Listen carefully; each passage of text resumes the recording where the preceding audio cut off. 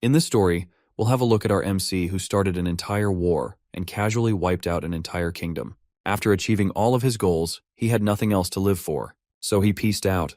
Instead of heading to the afterlife, our MC Jack goes back to a time when he was 14. This was when everyone bullied him and was considered an S-grade loser. Now, with years of experience from his past life, he's determined to change the course of his past and get his revenge on those who wronged him. What things are going to be different in this second run of life? Let's find out as we have a look at the moment that started it all. It's a full moon night, and according to our protagonist, turning 34 years old will make you look back on life. He takes a look at the hellish battlefield he's in and wonders what he did wrong with his life. After fighting in some battle, the dude now moves ahead, injured and limping. He wishes to have owned some budget Excalibur or something so he could have stopped his sister from being sent to the Empire. He takes a seat since he's tired, and considers that maybe he wouldn't have become the monster he currently is. But if he didn't do that, who knows if he would have met his master. She's the person who he spent his best moments in life with, and taught him so much when he was a level 1 noob. So he believes he should have been a better student if he knew he would end up going on a killing spree. And of course, the whole scenario wasn't what he wanted. A few thoughts later, a person approaches our mysterious character, and he doesn't look like he's here for a friendly game of Uno. However, the boy's shaking with the sword in hand, and it seems like he doesn't dare to use it. Even though the injured swordsman did his best to not harm children, it appears he's going to die at the hands of one. It turns out he killed the boy's father. So he's here to get revenge after that unfortunate incident. The boy, still with his sword trembling in hand, calls our protagonist a monster. However, that word doesn't bother him anymore. He was curious about what the young hero had to say, but calling him a monster is too basic at this point. Even with all his wounds and how much pain he's going through, he now wants to push himself a bit further. After all the crimes and grave acts he has committed, like ending an entire empire like he's the Doomslayer, our guy is obviously pissed about the basic level insult the kid just called him. Now the boy is even more terrified, but it does remind the mystery person of his early days. He then asks the kid for his name, and the boy introduces himself as Jack Stewart. The dude is surprised to hear this since his name's Jack as well. The boy mentioned he killed his father earlier, but Jack's kill list is so long that he doesn't remember any Stewarts. Now the other Jack begins to cry since he needed his father, although he wasn't a great one. However, Monster Jack's a bit jealous he needed his father. But anyway, he's not going to apologize for ending him. Instead, he gives Boy Jack the opportunity to kill him. After hearing this, Kid Jack's heart begins to race and is panicking about this. If he manages to pull this off, he'll get his revenge and become known as the heroic monster slayer. But the truth is that Monster Jack can easily regenerate and escape. But nah, he ain't doing that. So the boy steps forward to execute Jack, but he begins to shake. Then he falls to his knees, dropping his sword, and begins to cry. Even though he's unable to finish the job, Monster Jack commends his choice since Boy Jack would end up regretting that forever. At first, people would consider him a hero. Then it'll just get crazy from there. So he tells the boy not to live a life full of regrets like he did. Then Jack continues to cry, and the other Jack feels like crying too. Probably just a Jack thing. So in the end, the monster declares himself dead, and the war is now over. However, the boy wonders why Jack lived a life of so much bloodshed despite being powerful. But even he doesn't know the answer to that. From there, he begins to sway, falls, dies, and refuses to elaborate. At this point, Jack is beginning to lose all sensations. But at the last moment, a thought pops into his mind. He wonders if he could change the path of his life, if he could start over. And with that, he finally bites the dust. Now we've seen how Jack died, next is to look at who he was. In his past, he wasn't the most lucky protagonist. His father hated him because why not? And his mother died the moment he was born. So the only way he knew what she looked like was through a portrait. He had 2 siblings, making them 3 if we include Jack. His sister was the eldest one and was really pretty, while his older brother tormented him because, yes. It turns out our protagonist's full name is Jack Valentier, and he had enough of his family gotten from bad RNG. So he abandoned his name and became a mad swordsman who traveled the continent. However, in the current moment, he finds it hard to know if he's dreaming. He wonders if he's actually dead, or it's just one of those anime flashback moments. Well, either way, it's pretty insane to him. In his previous life, Bro casually started World War II, and he won it. However, he began his slow descent into madness, becoming a heartless ruler and a monster. He found revenge and made it his life goal, and this made him end an entire bloodline of the Thulkan Empire. From there, he continued his conquest and eventually achieved all his goals. So, which was why Jack accepted his death, since he had nothing else to live for. But moving on to the current moment, he discovers that he's been factory reset for some reason. He checks himself, finds that everything that happened is very real, and wonders what sorcery is this. His family, House Valentier, belonged to the Thessalan kingdom, and is a noble family that swore allegiance to the royal family. Out of 3 siblings, Jack was the youngest born of a marquess. He was allowed to live comfortably as long as he didn't get any big dreams like any other protagonist would and become the head of the family. But at least that's in other families, not in House Valentier. Jack hangs out at the Rose Garden, which is pretty much an isolated villa in the estate. While it does have a pretty name and looks nice with all the flowers, it's also called the Villa of Exile, and it's basically solitary confinement for the youngest member of the family. Jack takes a seat on a platform and takes a look around. Shortly, his one and only servant, butler, and pretty much the only person he can consider family shows up and offers Jack a drink. His name is Ron, and Jack knows he's a slightly shady person. Jack teases him about putting poison in his drink. But of course, Ron would never do such a thing. Maybe. But anyway, it was all a joke, and Jack's actually grateful for Ron's service. Then Ron thanks him with a smile and leaves. Other than Jack, there are 11 other people present at the Rose Garden. One of them is Ron, and the other 10 are the random NPC guards. However, Jack doesn't really care about what the guards do, but more importantly, he wonders what to do next. So he just chills. But he doesn't even know if what he's seeing is real, since the last time he checked, he wasn't a time traveler, and he doesn't have any plans.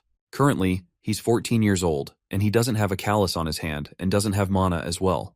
With this fact, he already knows that he's a weakling compared to other children his age. Shortly, Jack has a visitor, but he doesn't notice him and continues with his thought. Then a sudden smack on the head resonates within him and brings him back to reality. At first, he's confused about what's going on. Then he holds his head from the pain. This feeling's something that he hasn't felt in decades. On top of that, his fresh glass of Tomto juice is now ruined. So he wonders who's responsible for this. He takes a glance, and it's his elder brother who mentions the fact his little brother didn't greet him. Of course, Jack pretty much hates him and gives him a death stare. Apparently, this person is Phelan Valentier, the second child of House Valentier. And it turns out it's because of his threats that Jack couldn't train his mana. So Jack is obviously pissed to meet him, and he stands up to face his brother. Jack meets with his older brother, and he doesn't like him at all. Even with all the time that has passed, there's no way he'll forget about the torture he's gone through. In a past memory, Phelan had dumped some tea over Jack, calling him useless. On top of that, he threatened to kill Jack if he ever dreamt of learning magic or swordsmanship.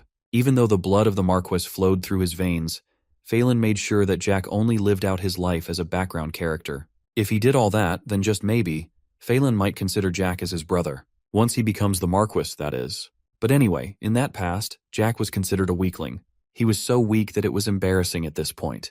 People within the family always made fun of him, and the rumors were much worse outside the family. Even the commoners would mock him whether he's a noble or not. However, all this didn't just happen by coincidence. The people who were behind this were Phelan and his mother's side of the family, House Mantiz.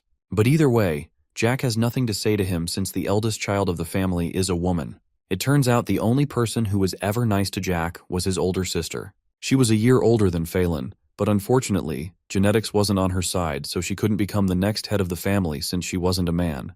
Even with her being the eldest in the family, and lucked out with beauty, she wasn't so fortunate since her fate had already been set up for her. She ended up getting married off to a family her father found favorable, but ended up getting locked up to bear children for the rest of her life. With how her destiny was set out, Phelan is also the person who exploited her the most. He would talk about her with the Duke's son and the royal family in not very family-friendly ways. With all those in mind, Jack glares at his brother and figures he'd be better off dead. Of course, Phelan doesn't like Jack's look, so he tries to punch him. But Jack defends himself by grabbing his hand. As you would expect, Phelan is shocked by this, and even the guards are surprised as well. Phelan is outraged by this action, but before he can complete his statement, Jack karate tosses him into some furniture. Phelan is surprised by this while Jack dusts himself off. Of course, Phelan doesn't like this at all. He begins to use his mana and wants to draw his sword against an unarmed 14-year-old child. The guards around the villa notice he's about to use mana and consider stopping him. However, they forget about it since Phelan won't be happy about that. Jack notices that the guards aren't trying to stop Phelan and scoffs. He finds the situation a bit funny, and then Ron interferes with the fight, telling Phelan to stop. Ron tells him to get a hold of himself since the current place isn't suited to be recklessly spending mana, but Phelan doesn't care and punches him out of the way. Even with the fact Ron just got harmed, Jack isn't worried at all since Ron's a man of many secrets. After that, Phelan plans to have Jack and his servant killed for being disrespectful, but Jack taunts him saying that he talks too much. This comment makes him lose it as he draws his sword. At this time in Jack's life, he has never trained or even has any kind of mana. However, he's still confident that he'll bring the pain to his brother this time around. Phelan swings his sword, but Jack easily ducks and closes the distance between them. As a third circle user, Phelan's wrapping himself with mana and is using a fancy sword that's not equal to his actual sword skills. As Jack dashes towards Phelan, he wonders if he should just toss him. But in the end, he figures that his older brother needs more than just throwing around. Apparently, Phelan has covered his body with basic mana as a third circle user. Then Jack finally decides what action he'll take. He grabs Phelan's face and slams his head into a nearby pillar. Now his skull might be broken, Jack wants to repay his brother with a percentage of the humiliation he's gone through so far. That slam does a number on Phelan, then he falls to the ground and passes out. Now that has happened. Everyone in the villa watches this speechlessly. A guard reaches for his sword, but Jack stops him. He warns him with a cold stare to forget about that action. If not, he'll probably lose a kneecap. Somehow this threat works, and the knight backs off. So with that out of the way, Jack grabs Phelan's hair and drags him across the ground. He considers his brother heavy. Then he arrives at a pool of water and a new idea is formed. He dips Phelan's head into the pool of water. At first, there is no response, but after a while, he begins to struggle. Jack figures he was so startled that he never got a chance to use his mana. While Jack casually drowns his brother, he recalls that Phelan was also responsible for several other incidents within House Valentier. Just after Elizabeth was married off, Phelan poisoned his father. After that, he became the new Marquess and carried on with being a grade A scumbag. That ended up causing the bad ending of House Valentier. Since he never achieved anything, the family was no more. However, Jack could care less about the family or his father. The only reason he's mad at his brother is because Elizabeth's sacrifice turned out to be all for nothing. She was a bright and cheery lady who was also kind. But even with that, who could tell how she felt when she was being married off to the Empire? She knew what was in store for her, and left to the Empire for the sake of her family. Plus, the person she was getting married to was the fourth prince of the Empire, and he was the kind of guy who'd make a corrupt politician look like a saint. It turns out, on the day of Elizabeth's wedding, the dude let her know she's not even his lawful wife and tells her to play along with the wedding. And because Elizabeth cared for her family, she had to endure it. But what's happened has happened.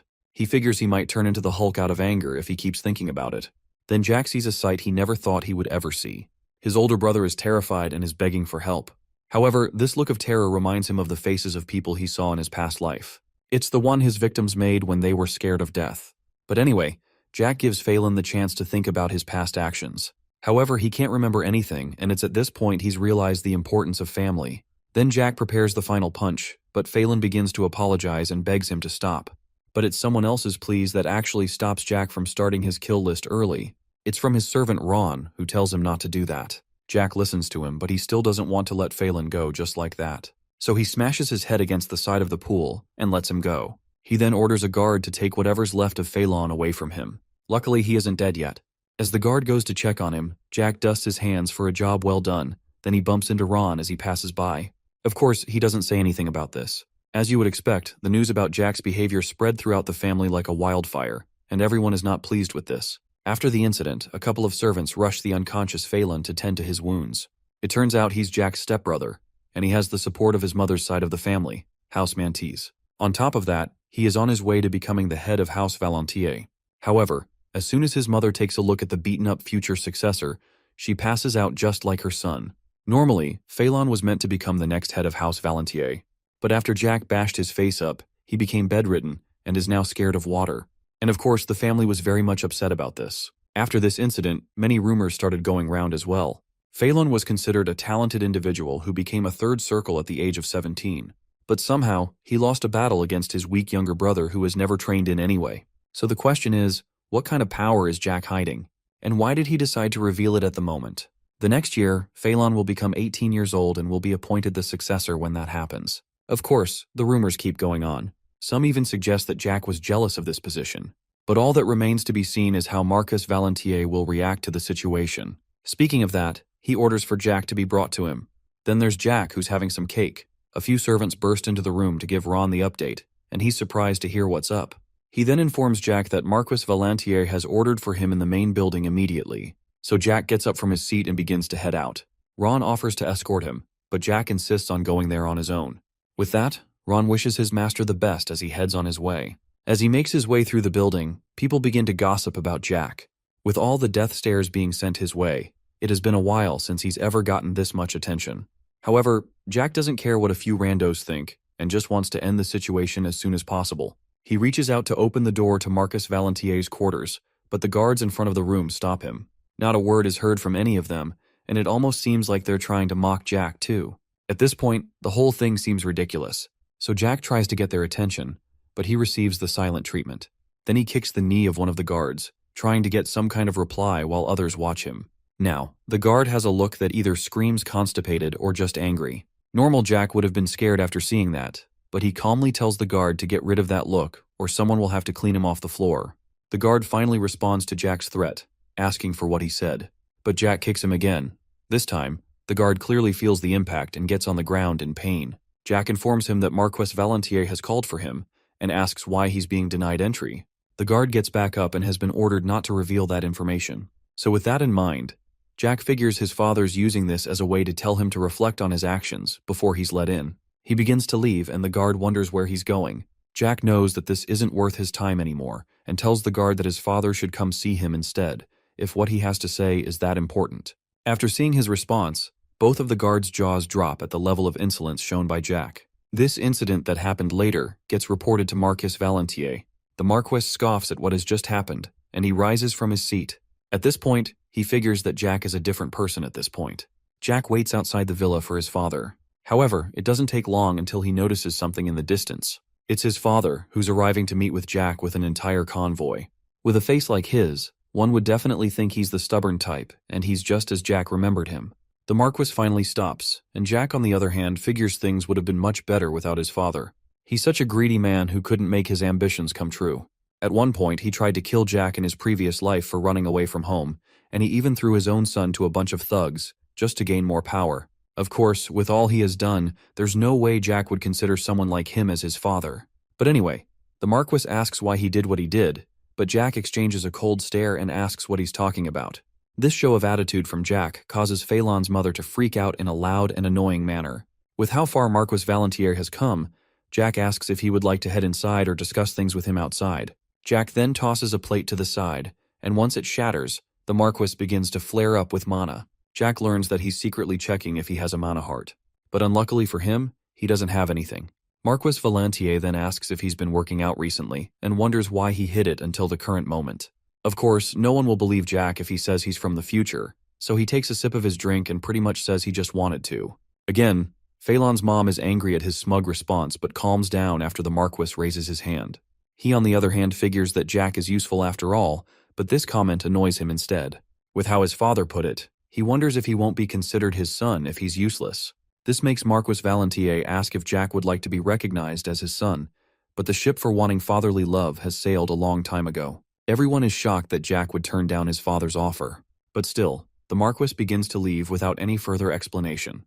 Jack is surprised that his father is leaving just like that and wonders why he even bothered coming. As the convoy heads out, Jack calls out to Phelan's mother, activates troll mode, and points out the fact she's gained more wrinkles. He figures it might be because of Phelan and wants to suggest a beauty regimen to her. As you would expect, she's outraged by this taunt, but seeing this look on her face gives Jack pure joy. So with that, he bids his wonderful family farewell and says he's sorry about the Phelan incident. Later on, Ron informs Jack he's been placed in solitary confinement for 20 days. From there, he scolds Jack and wonders what on earth must have gone down in the main building. However, Jack tells him to relax and is also annoyed about how loud he is. When Jack used to get beaten up by Phelan, no one would say anything. But when Jack does it, he's now a criminal. Speaking of solitary confinement, Jack wonders what kind of punishment he'll be facing. While he scribbles up a masterpiece, he also figures the Rose Garden is a place of solitude on its own. But still, he's going to be confined even more than this. The academy Jack attends will resume in less than a month, and now he's getting this. The mention of this academy reminds Jack that he'll have to go to school again. Since he's 14, he'll have to attend the Royal Academy. It's a place where all the noble children of the Thessalon Kingdom go to learn, just like any regular school. It takes 4 years to graduate, and since Jack was newly admitted, he's currently in his first year. He's completed his first semester and is currently on summer vacation. What's more important is that his master from his previous life has close ties with the academy, and he's determined to reunite with her no matter what. While he becomes the next Picasso, Jack figures he must go to the academy and doesn't have any time to waste with the Marquess. Jack wonders how he managed to survive such mistreatment. Then he figures that there are 27 vacation days left.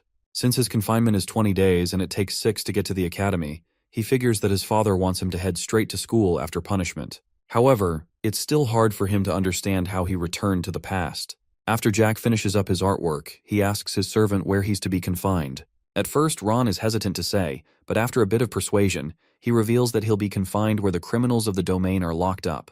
So in other words, prison. Jack gets gloomy after he hears this and is outraged by his father's decision.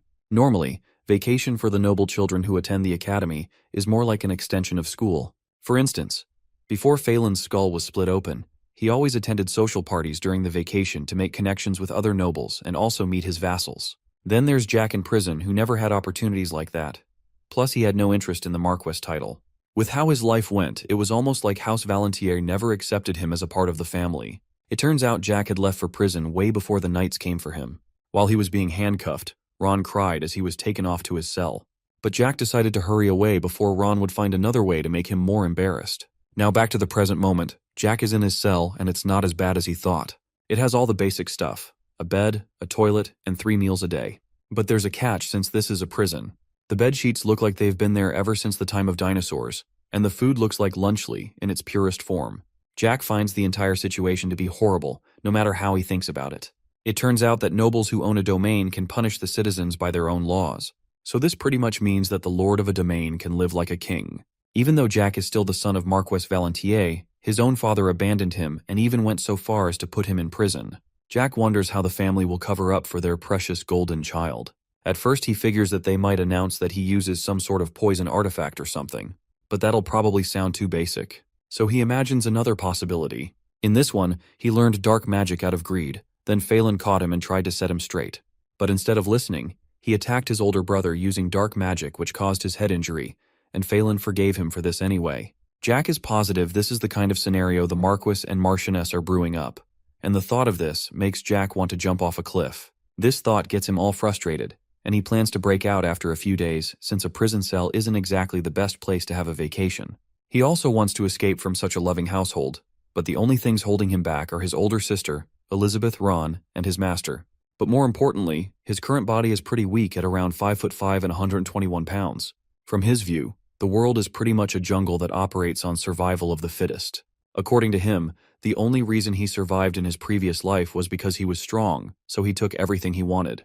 However, this time, he doesn't intend to go on the genocide route like a certain World War II individual I won't mention. But there are still some things he has to take care of. Right now, he needs time and power, and he can get both of those at the academy. He plans to recruit the talented individuals of the academy in the meantime, so he can secure the power he once had. Then he'll be able to protect the ones who he cares about: Ron, Elizabeth, and his master. So he has to do what must be done. Jack then creates a kind of spark with his hand that seems to be mana. In the world, mana users are divided into 10 ranks. The 1st to 3rd circle users are beginners. 4th to 6th are experts. 7th to 9th are high circle mana users. Then there's the final 10th circle users, who are called masters and considered superhumans at that point. Truth be told, Jack needed a place where people wouldn't watch him, and it apparently takes 2 hours to form 1 mana circle. Jack creates a ball of mana in his hand and figures it's because he started mana training at 17. He plays with it for a while until the sound of footsteps alerts him. He quickly makes the mana ball disappear since he can't let anyone discover his secret yet, and wonders who it could be. He pretends to be asleep and considers it could be the Marchioness who came to scream his ears off. But the footsteps are too light for it to be hers. This person stops in front of Jack's cell and calls out to him. He flinches once he hears this and springs out of bed since it's a voice he recognizes. It's the voice of someone whom he used to see in his dreams, and if it weren't for his memories, he probably wouldn't have seen her. It turns out his mystery visitor is his older sister, Elizabeth Valentier. He goes to meet her, and she on the other hand checks up on her younger brother. Of course, Jack is relieved to see her since she's still the kind and beautiful person he remembered her to be. Elizabeth checks on her little brother and calls him Jackie. This is a nickname he hasn't heard in decades. So he gets all teary-eyed and lets her sister know he's all right. She wonders why he resorted to dark magic since she could teach him magic whenever he wanted. She sympathizes with her brother, but Jack is lost in the moment. Elizabeth then brings him back to Earth. With how he was absent-minded, she wonders if her brother is okay. He wipes his face, and he is, but he's just glad he's actually seeing his sister and isn't dreaming about it. This makes Elizabeth a bit worried. Then Jack suggests an idea. He proposes that they run away to the mountains, but Elizabeth seems sad over the suggestion. Jack is aware of how Phelan and his mother treat her, so he suggests that they leave for somewhere peaceful while they search for a proper suitor for her. He also says something about the Marquess, but Elizabeth cuts his sentence short by yelling his name, which startles him a bit. It appears the Stockholm Syndrome is strong in this one, She convinces Jack that even with everything that has happened, the Marquis is still their father, so she tells him not to say anything like that again since he still raised them. With how Jack has been looked down on by the Marquis, she's determined to try and change his mind. So in summary, she tells Jack to trust her and endure the pain for a bit longer. All she has said reminds Jack about what he heard in his past life, and he figures he really did go back in time. He tells her sister it's nice to see her again after a long while, and Elizabeth blushes over this remark. Then Jack stands up and asks her to step away from the cell door. When she does that, he gathers some mana in his hand and shatters the gate's lock. Elizabeth is shocked by this and wonders how he learned to make a mana circle. While she's still confused, Jack rushes to her and hugs her. He begins to cry and apologizes to her, but Elizabeth is very much confused about his behavior, so she holds him back and is even more worried about her brother being okay. Again, Jack lets her know he's okay and hugs her again. He promises her that things are going to be different from the last time and is also going to make sure she lives the life she wants. After hearing that, Elizabeth begins to pat Jack on the back. However, he isn't acting like this towards Elizabeth for no reason. It turns out that in his past life, he interrogated the fourth prince, the person who married Elizabeth. After finding out the prince did some actions to her that probably could make Jack the Ripper sound like a lullaby, this began his slow descent into madness. He's the only person who knows what horrible things that will happen to her. Of course, there was no way Jack could forgive him after what he did. So this explains why he wiped out the entire Thulkan imperial family, starting with the prince. It's now backstory time. In Jack's past life, he ran away from home at 17, and 10 years later, the Theslan kingdom and House Valantier were destroyed. The Thulkan Empire took over all of the western continent. However, there were still a few survivors of House Valantier. Elizabeth was shocked to learn her family was imprisoned, so she got on her knees and begged the fourth prince to spare them. Unfortunately, she wasn't the prince's lawful wife, so he shoved her away and ignored her request. However, Elizabeth never gave up. She even begged under the rain for 4 whole days, and in the end, the emperor and fourth prince took pity on her and agreed to her request. At least that was the happy version that was told throughout the continent. Jack had discovered the real truth. Later on, Elizabeth went to thank the prince for this kind action, but it turns out it wasn't so kind after all. Even though he spared her family, he lets her know he can easily destroy them and uses this to blackmail her into doing whatever he wants. From there, let's just say she belonged to the streets. Not only was she the fourth prince's plaything, but to the emperor and third prince as well. As a result, the actual lawful wives had to do something about it. After a while, the fourth prince abandoned Elizabeth, and then the lawful wives locked her up in a villa, leaving her to her own demise. Around this time, House Valantier had fallen, and by the time Jack heard this story, he was already a powerful person. So he went full-on Itachi mode on the Thulkan Empire and eliminated anything and everything related to them. He didn't just stop there, he also destroyed all the families that were related to the Thulkan imperial family in any way, shape, or form. And the Thulkan Empire was completely wiped from history. However, now that he looks back at that story, it sounds too horrible for a future.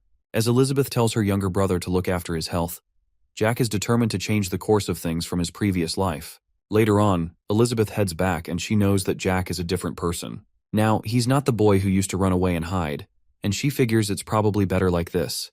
But anyway, she finds it hard to believe that Jack used dark magic. She's a 6th circle mage, and she couldn't sense any traces of it on him. Plus she's sure her father, who's a 7th circle mage, would have known. So she figures that the whole story must have been the Marchioness's doing. Anyway, she goes to meet with her father and asks for Jack to be released from his cell. She's convinced Jack never learned dark magic, and is sure her sweet little brother would never learn such an evil thing from myths and legends. However, she believes her father would find it troublesome to tell the world the truth. After a brief silence, she informs the Marquis that Jack has no interest in becoming the successor, but he just tells her to go on. She pauses and then figures that's a warning from her father. After hearing her guess, Marquess Valantier confirms she's correct. As the bright child she is, she realized her fate and could tell she's just a tool used to boost the family's reputation. And what she just experienced was a warning that something will happen to Jack if she deviated from her set path. Since Jack doesn't fit in with the family, the Marquis has a plan for when Jack comes of age. He plans to hide his identity and send him off to live a normal life somewhere else, then break the news to everyone that he died. Elizabeth is shocked when she learns this, and until then, she has to play her role. However, the one thing that's strange to the Marquess is the fact Jack took down Phelan without a circle. Elizabeth is shocked to hear this, and then wonders what she saw when Jack broke the prison lock. But anyway, all that has already happened, and Marquess Valantier agrees to let him out of jail. With that, Elizabeth bows and thanks her father, then she leaves. When she shuts the door to the room, she recalls what Jack said about running away.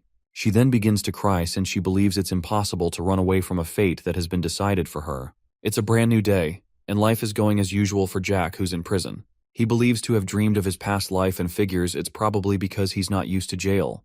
But either way, it wasn't a good one. Shortly, a guard arrives and informs Jack that he's free to go in a rude manner. Jack gets triggered by this, but he decides to remain calm.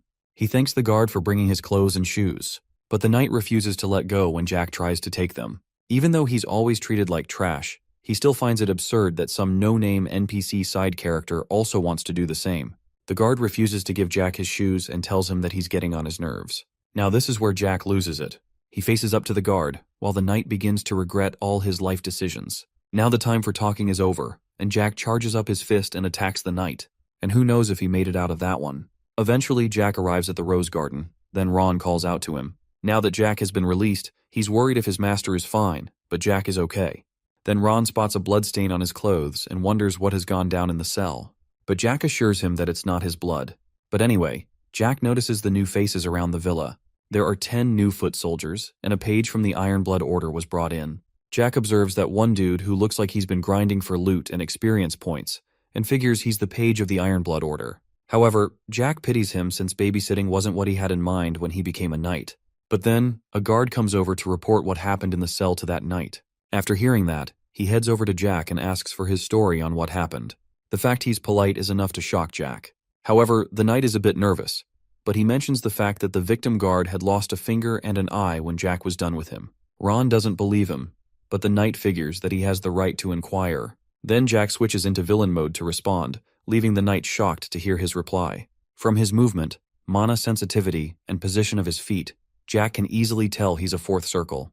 It turns out this person is from House Mantiz, the same one as Phelan's mother, so he switches up for him. The page finds his response to be too harsh for no reason. Even Ron steps in to make Jack cool it. But anyway, with an annoyed expression, Jack states that the page's job is to watch over him and tells him to sort out things outside of that on his own. So he has to watch over Jack, and even if Jack ends up causing trouble, he believes that the page should be begging him to stop. And with that, the knight apologizes. Now that's settled, Jack begins to leave and tells the page to sort out the issue of the guard on his own. As he goes on his way, Jack instructs his new guard to take all complaints to the Marquess. On top of that, he finds it annoying to call him a page, so he demotes him to Chickling and tells him to come to him the moment he calls. And with that, he pats Ron on the back and they both leave. On the other hand, the page begins to wonder what he has just signed up for. On the way back, Jack's stomach begins to rumble and he tells Ron that he's craving some meat. So Ron goes to make preparations. A while later, the meals have been prepared, so Jack begins to eat and he enjoys it. He commends Ron's skill as a chef. While Ron thanks his master for the compliment, he does look nervous. Jack prompts him to say anything he has left to say, but Ron says it's nothing. So from there, Jack offers some food to Ron and asks him to join the meal. Jack asks Ron to join him for a bite. After some hesitation, he declines since he believes he's not worthy enough to eat with his lord. However, Jack insists and adds that he has something to tell him as well. So Ron finally agrees. Jack wonders how Elizabeth's been doing, and Ron replies that she's all right. Then Jack presumes that Ron is aware of Elizabeth's current problem, and the mention of this startles Ron a bit. He says he's not sure what he's talking about, while Jack takes a fork of spaghetti. After that, he comments on Ron's talent as a chef again. The main reason Jack has been able to eat food safely in the past was thanks to Ron. He always made sure that none of the cooking ingredients were ever poisoned. Ron is surprised Jack knows about this, but that's not all he's hiding. Jack also reveals he's a ninth circle magician at the moment, and this accurate guess leaves Ron speechless. He's also been around ever since Jack's mother has been alive. Even though Jack has never seen his mother, he's sure she was a nice person after hearing how his older sister takes after her. And not only that, Ron has also been protecting her from the shadows. The fact a ninth circle magician is a servant sounds ridiculous, but it's actually true. When Jack ran away from home in his past life, Ron escorted him, and they had to escape from pursuers the Marquess had hired to kill Jack. It turns out the people chasing them were a part of the Iron Blood Order, the same one as Mr. Chickling from earlier. At the time, the commander was a ninth circle swordsman, and Ron eventually sacrificed himself to protect Jack. Apparently, Jack was scared of Ron since he was a ninth circle user in charge of protecting his mother. As for his mother, it turns out she wasn't a commoner and no one knew about it. Not even the Marquess or Ron. But either way, Jack decides to forget about it because what's more important is who Ron is currently. Ron finally speaks and wonders what his master wants. So Jack explains that he wants him to protect Elizabeth since he's one of the few people he trusts. However, Ron believes she's capable of handling herself since she became a 6th circle at 18 years old. But the problem is that she's too kind and will easily sacrifice herself. Sacrificing for the family is the one thing Jack doesn't want her to do. Jack will be leaving for the academy on the next day and doesn't plan to come back unless it's an emergency. So he tells Ron to guard her for the next 4 years, and after that, he should live his life according to how he wishes. Ron wonders why 4 years, but Jack responds by that time he'll be strong enough to protect Elizabeth by himself. Just as he's about to reveal who he's protecting her from, there's a knock on the door. Even Jack is annoyed by this cliffhanger, but he tells the person to come in. The door opens and the person comes in.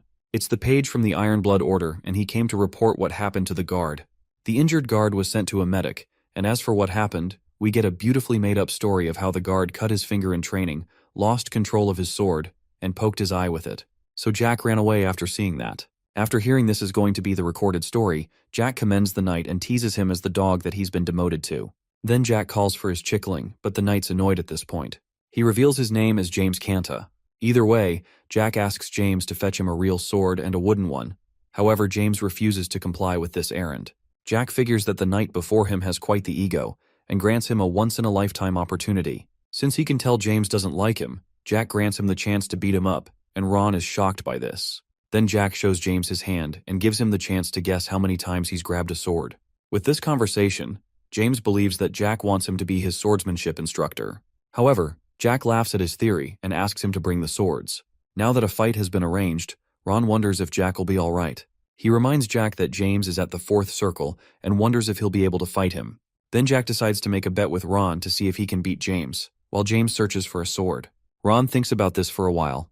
Then he suggests making a bet on the number of times Jack will get hit. Jack agrees with his idea and asks how much Ron will be betting. However, Ron gives a reminder that James is on a much different level. You wouldn't blame him for saying that since it's difficult to trust a 14-year-old who hasn't trained in any way. Anyway, Jack sets the difficulty on extreme and says that Ron will win if he gets hit once. Then he adds that the loser has to grant the winner's wish. However, Ron doesn't seem to buy this idea. Since he's a servant, he informs Jack that he should let him know if there's something he wants him to do. Jack tells him that he's one of the 2 people he trusts in the household.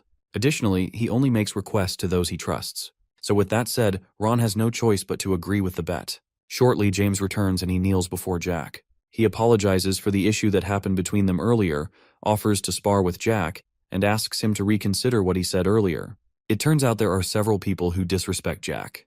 However, indirect mockery and direct contact are 2 different stories. It appears James is scared of what's going to happen, which is why he's talking like that. So, Jack suggests that they go to a private training room, and suggests that James is scared, which gets him triggered. He denies being afraid, so Jack asks if James will be the winner of the duel. But he remains quiet, confirming Jack's thoughts from earlier. Then Jack asks Ron for a place where they can spar in private, and he knows of a place like that. He leads them to a training facility in the manor's basement, and Jack is surprised a place like that existed. He wonders if Ron trains at the place, but it was actually Jack's mother, Lady Noah, who ordered the place to be built for her children, and Jack never knew of it since exercising wasn't his thing. Jack looks around and finds that the place is spotless, even with how he never visited it. So with a smile, he figures Ron is behind this fact, and thanks him for his service. Unfortunately, the smile disappears when it comes to James, and Jack orders for a wooden sword in a pretty harsh manner. Now with a sword in hand, James points out that Jack seems used to holding a sword. But with the amount of people he slayed in his past life, of course he would be used to it. So he thanks his opponent for the compliment and charges at him. Jack swings his sword, but James blocks the attack easily. He believes Jack is a novice and plans to suppress him with a few tricks. But while he's still planning his moves, Jack has already won the battle by pointing his blade at James's jaw. Of course, everyone is surprised by this swift action. At this point, James is lucky this wasn't an encounter in Jack's past life. However, what's confusing to him is how Jack, a person who should be wielding a sword for the first time, found an opening to win. Ron is confused about what just happened. He is sure that James blocked Jack's attack easily. What he expected to happen is that James would push Jack's sword lightly, which would be too much force for Jack to handle, and the fight would be over. However, Jack's moves are accurate and perfect, and he's convinced that James could have been killed if they were using real swords. Ron wonders what happened to Jack since he's never even held a sword before. He figures that his young master might just be a genius, but even a genius can't be so efficient with a sword on the first try. On the other hand, Jack wonders how old Chicken Man is, and it turns out he's 23. In addition, James started mana training at 18, which means it took him 5 years to become a 4th circle. With that fact, Jack figures he's pretty talented even with how late he started training. Jack analyzes that he has enough potential to become an 8 circle, and a commander on top of that. Then Jack drops his wooden sword and has now switched from survival to hardcore mode. He picks up a real sword and thinks about how James, despite his talent, was assigned to babysitting. When Jack picks up the sword, James warns him that he'll get hurt, but Jack laughs at this. He has now gone villain mode and points out the fact James seems to think the earlier victory was by luck. James goes on full guard and seems to be a bit annoyed. Then Jack taunts him, which makes James angry. He loses it and charges in for an attack. Jack sees how easy it is to get him riled up, which is why he'll always be a page. The two of them clash swords, but Jack disarms James, making him the winner once again. James is shocked by this and wonders how he made that move. Jack explains that he simply changed directions when their swords clashed, which is called an advanced technique. At this point, who's even the instructor here? Of course, James is furious, so he goes to get a real sword as well. While he does that, Jack reminds Ron of the bet they made, and his wish is the same as earlier, to protect Elizabeth. So with that, Ron agrees with it. James believes that the next battle will be different, but Jack calls Cap. The only different thing is that the two of them can use mana now. With that, Jack leaps into the air to attack. James blocks the attack, but he isn't strong enough. So the sword leaves his hand again, and the force drives him to the ground. From there, Jack stomps his chest, and Man lost 3 battles in seconds. He wonders if Jack is actually a 3rd circle since there's no way for a 1st circle to be so strong. Jack figures that his confusion is understandable since a 1st circle beating a 4th doesn't add up. But what he did was he focused all his mana on one part of his body to increase its ability, rather than all over. Out of nowhere, Jack wonders if James really wants to become a knight. James, on the other hand, is confused by his question and asks what else he can do, if not that. So Jack gives him the offer of becoming his loyal hound that takes orders from him rather than becoming a knight. After Jack's proposal, James wonders what he can get out of it. Jack believes that he should be asking about the kind of tasks he'll be getting, but either way, he reveals that James will gain power and authority if he works for him. And for the tasks, he'll have to protect Jack and also become an assassin. Of course, this fact shocks James, and he wonders who he'll have to assassinate. This person is most likely Phelan, who's still traumatized and in bed. So he gives James a day to decide, and for the sake of himself, he has to make the right decision. A time skip later, while Ron gives Jack a massage, he suggests that his master is being a bit too reckless by trusting James. But obviously, there's nothing that'll make Jack trust him. He already knows that James is on the way to report everything to the Marchioness. Since Jack is leaving the next day, Ron believes she might use that as a chance to kill Jack. However, Jack knows that's not possible.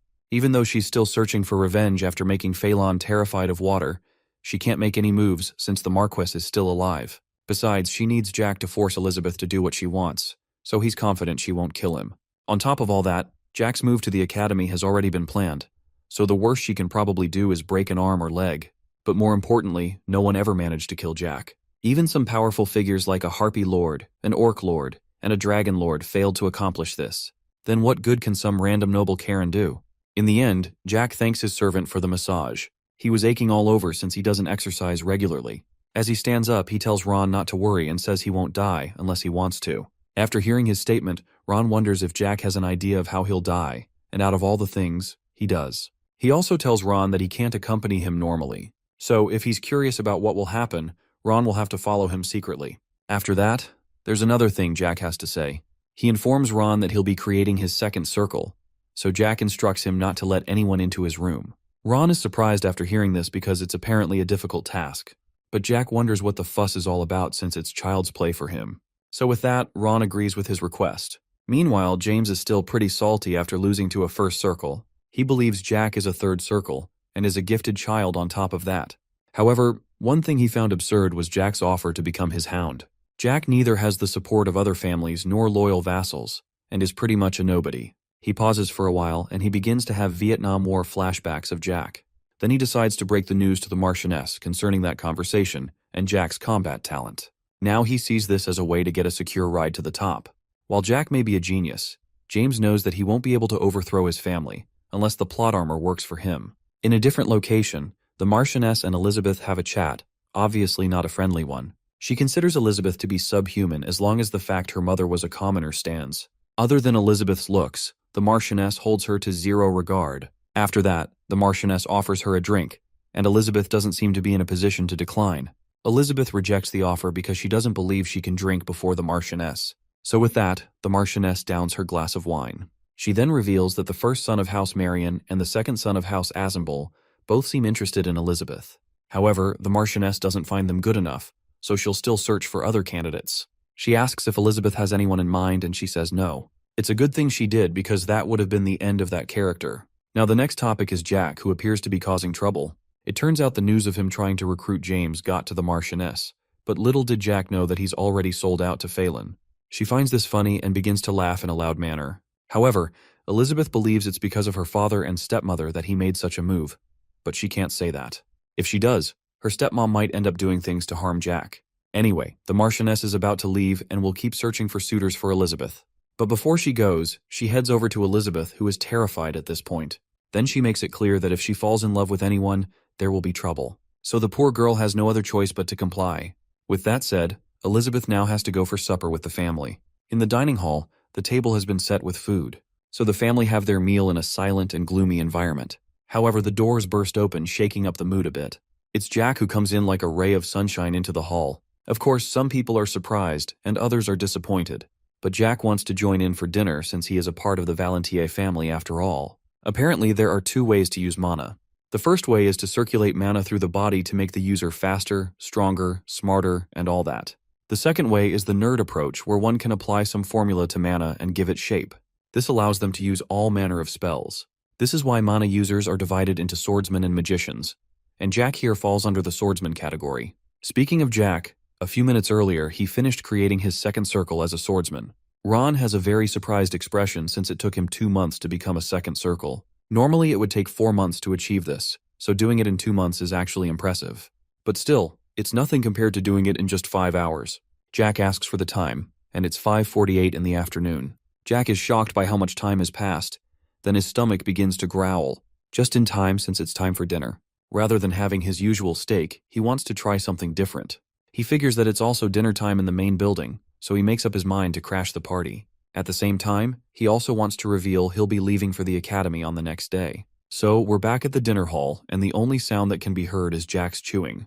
He's currently having the time of his life seeing how they feast in the main building. He also finds the food nice, but not as good as Ron's. After this comment, the Marchioness is seething with rage while Phelan gets some bad memories. Just like that, Jack is full.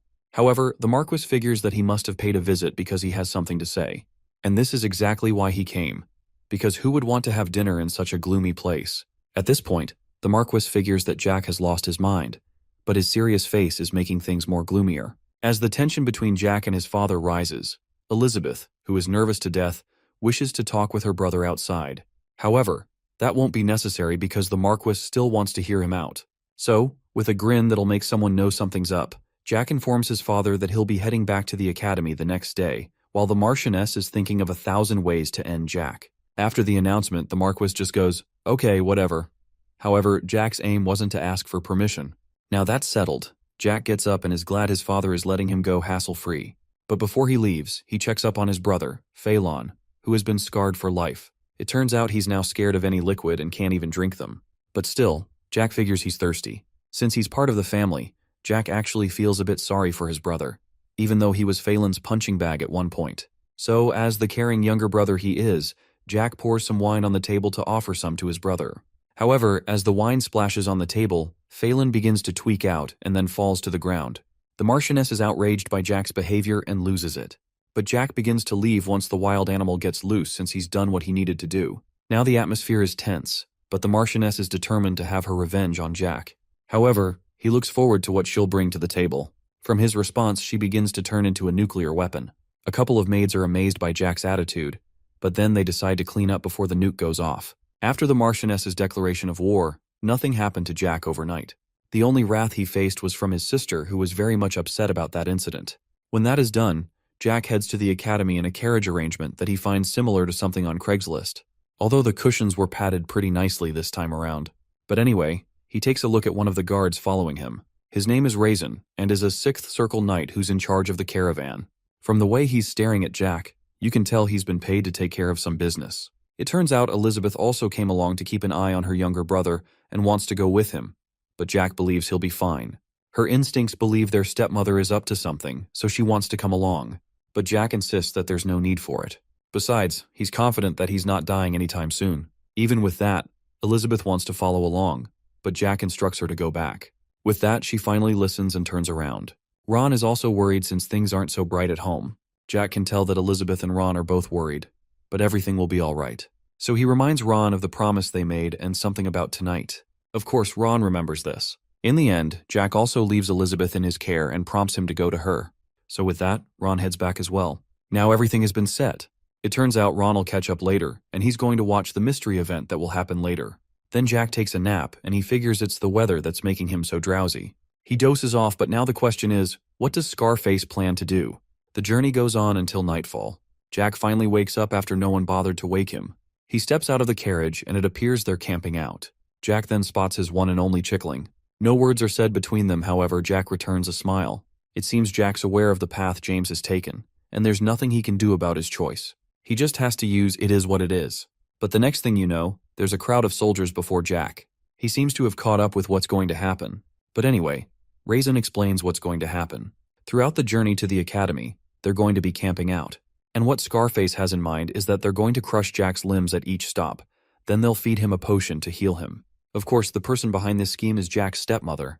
But another thing they're aware of is that Jack created a mana circle recently, and this point surprises Jack. The reason for pointing this out is that they plan to destroy it.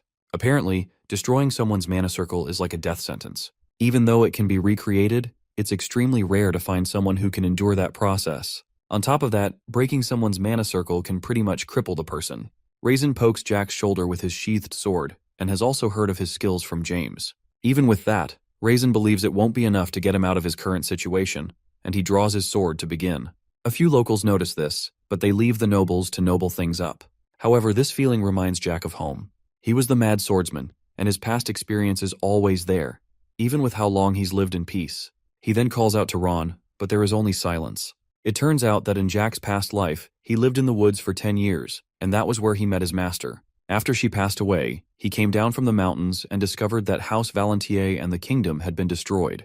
And of course, he couldn't be bothered.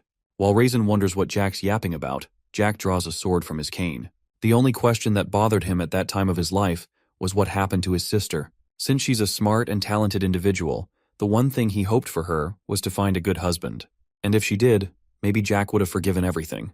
Raisin begins to laugh at the fact Jack has drawn his measly sword, but Jack begins to talk about revenge, which is a bit confusing. At first, Jack wanted to let the Marquess or Marchioness maybe break an arm or a rib or two, but breaking his mana circle is where Jack draws the line. He also admits that a bit of mana or talent in swordsmanship won't solve everything, but having a ton of it can solve a lot. So, to demonstrate, he gets into the air and begins to recite something for a cool-looking lightning attack. It was at this moment the guards knew it was either Jack or them, so they charge in to attack, but it's already too late.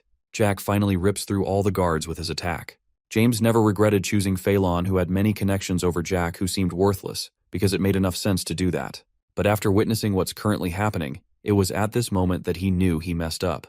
And that was when his time in the world had come to an end. Jack's sword has shattered after that epic attack, but at least all the guards are now dead. While his body is still surging with mana, he calls Ron to come out. A few bushes begin to rustle, then Ron finally pops out and he's shocked by what he has just witnessed. It turns out what he just saw was one of the first skills from a style Jack mastered in the Transcendent Realm. But Jack didn't bother with explanations since Ron probably wouldn't understand. However, it looked more like a mana attack than a skill to Ron. More importantly, Jack asked for a potion. But before he can finish his request, Jack begins to stagger and falls to the ground. He begins coughing up some blood but says he's alright and asks for a potion. So, as requested, Ron reaches into his jacket and pops one open. Jack drinks it, and he's actually lucky. If Ron never had one of those, Jack would be dead. However, he's still confident he wouldn't have died, because he knows that Ron always carries a potion at hand, and will rather use it on his master than himself. How he knows this is because a similar event happened before, and Ron fed Jack a potion. So Jack decides to tell Ron something since the last time he was busy running away. He thanks Ron for his service, and wonders why it was so hard for him to say. At the same time, he also reveals to Ron that he went back in time, allowing Ron to know the secret of his success. After that confession, Jack sits up. He feels much better than before, so he figures that's some good potion. Then he stands up, walks over to Raisin, who is now dead, and takes his sword. After that, he takes a look at James, who is also dead. It's a shame because Jack planned to have him as an errand boy. With the decision he made, Jack figures a chickling will always be one and never expected much from him either way. But on to the next point. For some reason, Ron wasn't surprised after hearing his master traveled back in time, and Jack wonders if he has any questions like, for instance, what will happen to Elizabeth or the Valentier family. Ron already had an idea that bad things would happen to them, but he never expected they would be wiped out, and he can tell it won't be pretty from Jack's reaction. Jack is also willing to share the details, but the last thing Ron wants to know is dark details about the future. Then he grabs Ron's interest about what would happen to him in the future. He believes he survived and doubts he would die in a violent death. But Jack is the bearer of bad news and tells him that's exactly what he will do in the future. And of course, he's depressed to hear that. So after the discussion, Jack decides to head to the carriage and get some sleep. Meanwhile, Ron investigates the dead guards, starting with shutting the eyes and mouth of one surprised guard's face. He then discovers that all the 25 corpses had their chests pierced, but they weren't stabbed by a sword. So he can't help but wonder how Jack pulled this off. But more importantly, Ron is worried about the kind of future Jack experienced, and if he'll be alright. A while later, Ron goes to wake Jack up. He springs up, and Ron still wonders if he's alright. Even though Jack took the potion, everything is not okay. After hearing that, Ron reveals that he gathered 5 high-quality potions, 63 gold, and 40 shillings from the knights. It's not a surprise they'd have good loot like that since they were supported by House Mantes. However, Jack figures that drinking the health potions won't make him feel any better. Instead, he hands 3 potions to Ron as a repayment for earlier. Ron accepts them, and his investment has just paid off. After that, Jack steps out of the carriage. As for what will happen to the corpses, Jack plans to leave them, and whatever happens will happen. Ron figures that Jack will become a suspect since he's the only one missing. And as for who will suspect, it's the Marquis. But Jack could care less even if he did since his father can't threaten him, and he places the loot in his luggage. Ron believes the Marquis might summon Jack, but Jack says bet. This time, Ron refuses to make another gamble since he might lose again. However, he kneels before Jack and is confident he has a plan. Speaking of plans, no one currently knows where Ron is since he cast an illusion in the main building. This illusion is a deception spell 9th circles can use to create a copy of themselves. And currently, the only people who can recognize it are currently busy in the forest of monsters. But still, he has to be careful. Jack figures that once Ron is found out, the Marquis may interrogate him about what happened on the journey. So the plan is to tell him that everything that happened was Jack's idea. If the Marquis then tries to kill him, Jack gives Ron a message. That message says if either Elizabeth or Ron dies, that will be the end of House Valentier. Now there's a silence between the two of them, but that last part is just for the worst-case scenario. Jack is just hoping that the Marquis will finally act like a proper father to Elizabeth, and is giving him a chance to make the right choice. Now that Jack is heading for the academy, Ron wonders what next if the Marquis calls for him. But fortunately for him, there's a rule at the academy that won't allow anyone to return home unless it concerns the death of a family member or the family head. So with that in mind, Ron decides to head back, although he's a bit disappointed because he wants to accompany Jack. While that would be great, it's not the best move. So Jack pats his shoulder and tells him to be careful of monsters on the way back. This will probably be the last time they'll meet until 4 years are up, so he asks Ron to take care of Elizabeth. After Ron leaves, Jack plans out his journey to the academy. Since it'll take 4 days to travel by road, he wonders how long it might take if he travels through the forest. He then observes that the forest area isn't so rough, so he concludes there's a village nearby. With that, he prepares a horse and struggles to get on it. Of course, one of the challenges of being a midget. Once he gets on, he makes his way through the peaceful scenery that is way more calm than what happened earlier. Plus, he doesn't want to head straight to the academy. What's currently on his mind is searching for his master, Valentine Milrose. It turns out she was the one who made him the person he currently is and gave him the strength to get revenge. She was also the strongest dark magician at one point, and her name was the new definition of fear to everyone. So Jack heads on his way while his heart is racing, and he wonders about it since it's been a while since he experienced that. Eventually, Jack arrives at the town of Arbeloa, the domain of Viscount Arbeloa, who's a vassal of House Assemble. He then arrives at an inn and also spots a few children. From their joyful expressions, he believes that he's found a nice village. Jack then steps into the inn, and it's also a cheerful place. He's then welcomed by a random dog, and from there, he finds a place to sit. Shortly, the innkeeper welcomes him and asks for what he would like. From how jacked she looks and the scars on her face, one would think she's a mercenary. But anyway, Jack pays for a light meal, a drink, and also asks for his sword to be retrieved from where his horse is. But it turns out Jack overpaid for his services, because the lady is fine with just 1 shilling. She offers to bring him some food with a bonus, then Jack chooses milk as a drink since he's obviously underage. However, it seems the lady's cheery attitude is bothering him a bit. Now Jack's order has been made, she heads off to get them. Jack figures that the place is lively, probably because it's a peaceful town to live in. Anyone can tell he's an outsider, but surprisingly, the lady didn't try to cheat him.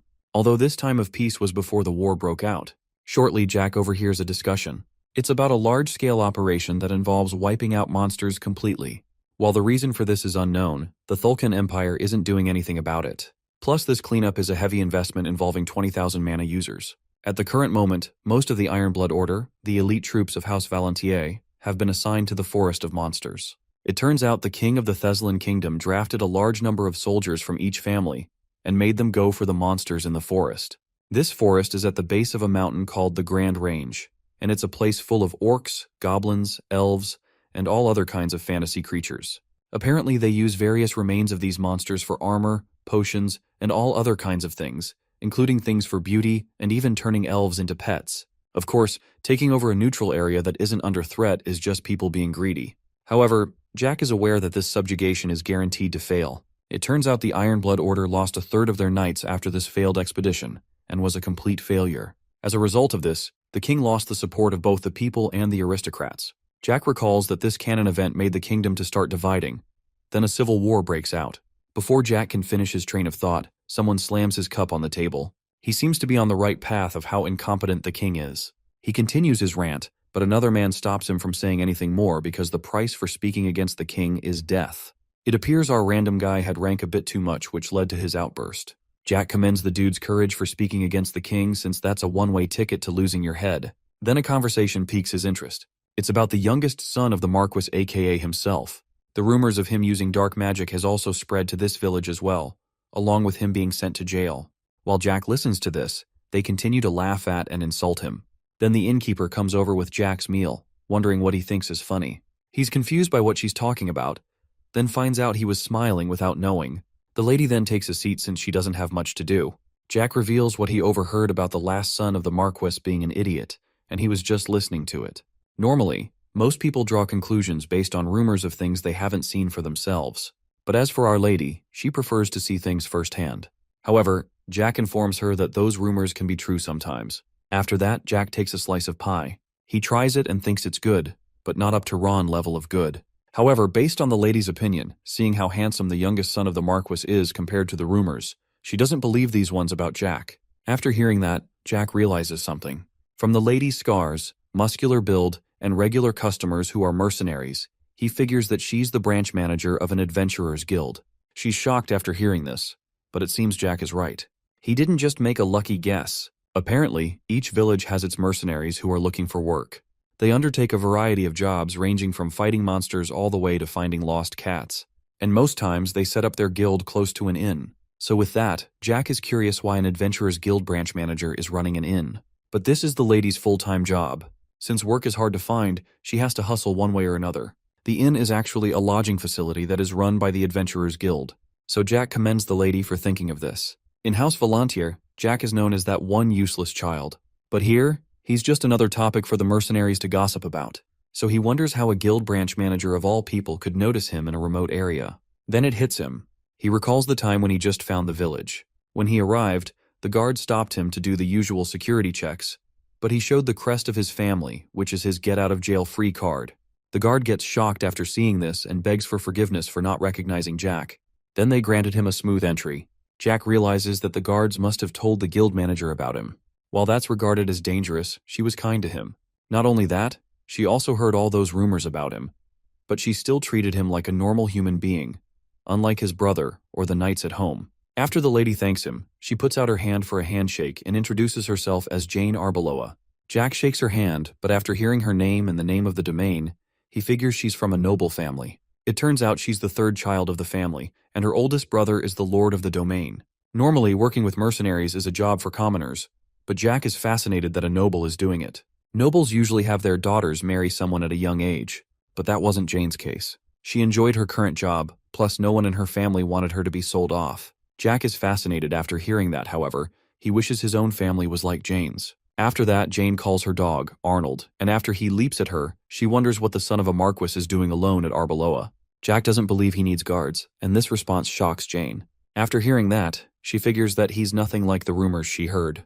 But anyway, since Jack has a long journey to make, he wants to hire protection. As for how many people he'll hire, he needs 5 people and they'll have to be experienced with camping out and cooking.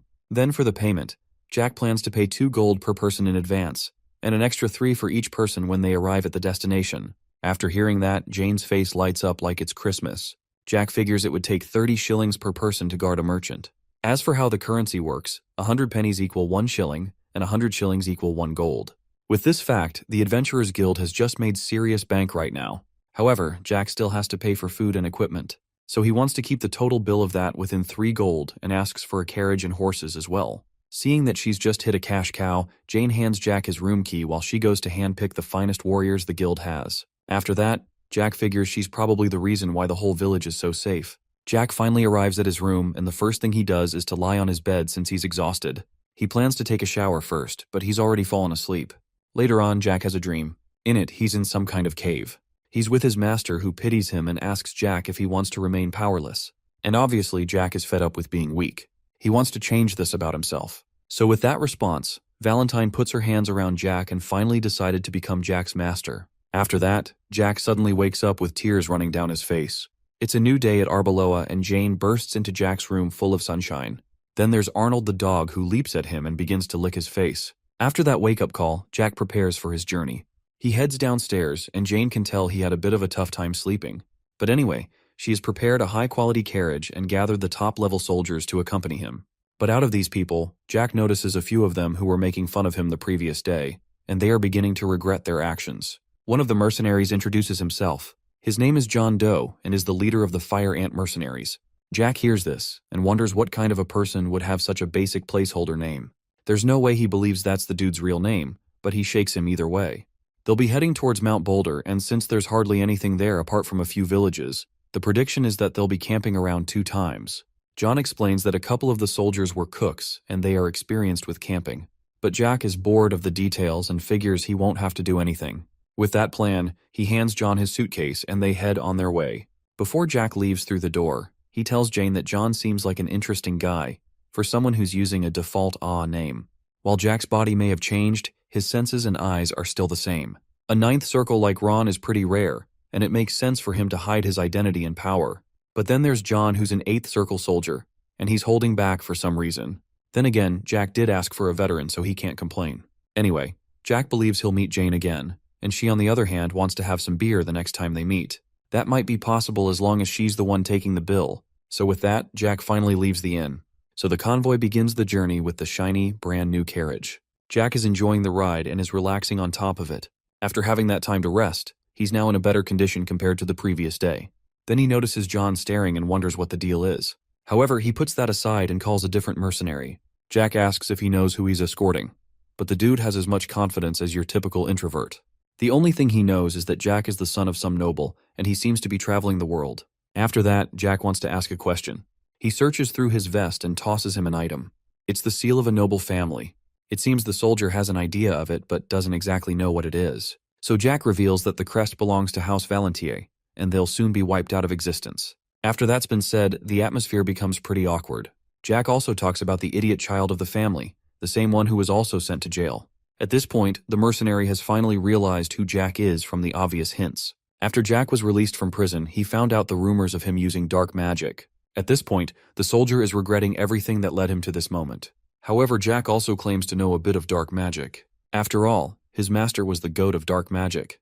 But seeing who Jack's dealing with, his fist would probably be enough. Next, he calls out the dude's friend. On that previous day, he kept his friend quiet when he spoke about the king, but didn't do anything when he talked about Jack. Everyone seems shocked to find out Jack is the last child of House Valentier except Mr. John Doe. So Jack figures that the branch manager only informed him and not the others. But anyway, they'll be spending a while with each other, so those mercenaries better hope Jack doesn't switch things up with them. One time skip later, it's night and the camp has been set up. With how Jack has been acting so far, the mercenaries figure that rumors are just rumors. Jack doesn't act like your default noble. He does some of his things by himself and even washed his own dishes after the meal. Speaking of meals, Jack feels sorry for Jane because the food he had at the camp was better than hers. At this point, he wants to hire them as his personal chefs. Also, he feels a bit sorry for Ron as well, who was left behind. But anyway, doing the dishes was Jack's way of expressing gratitude for the meal. Now for the next matter, they're going to draw names for who gets the night watch. Of course, Jack doesn't want his name in the mix since man takes his sleep seriously. After that's been sorted, the next thing is story time. Jack goes first, and he asks the others how many dragons they believe exist in the world. They believe that the founder of the kingdom sent them to extinction centuries ago.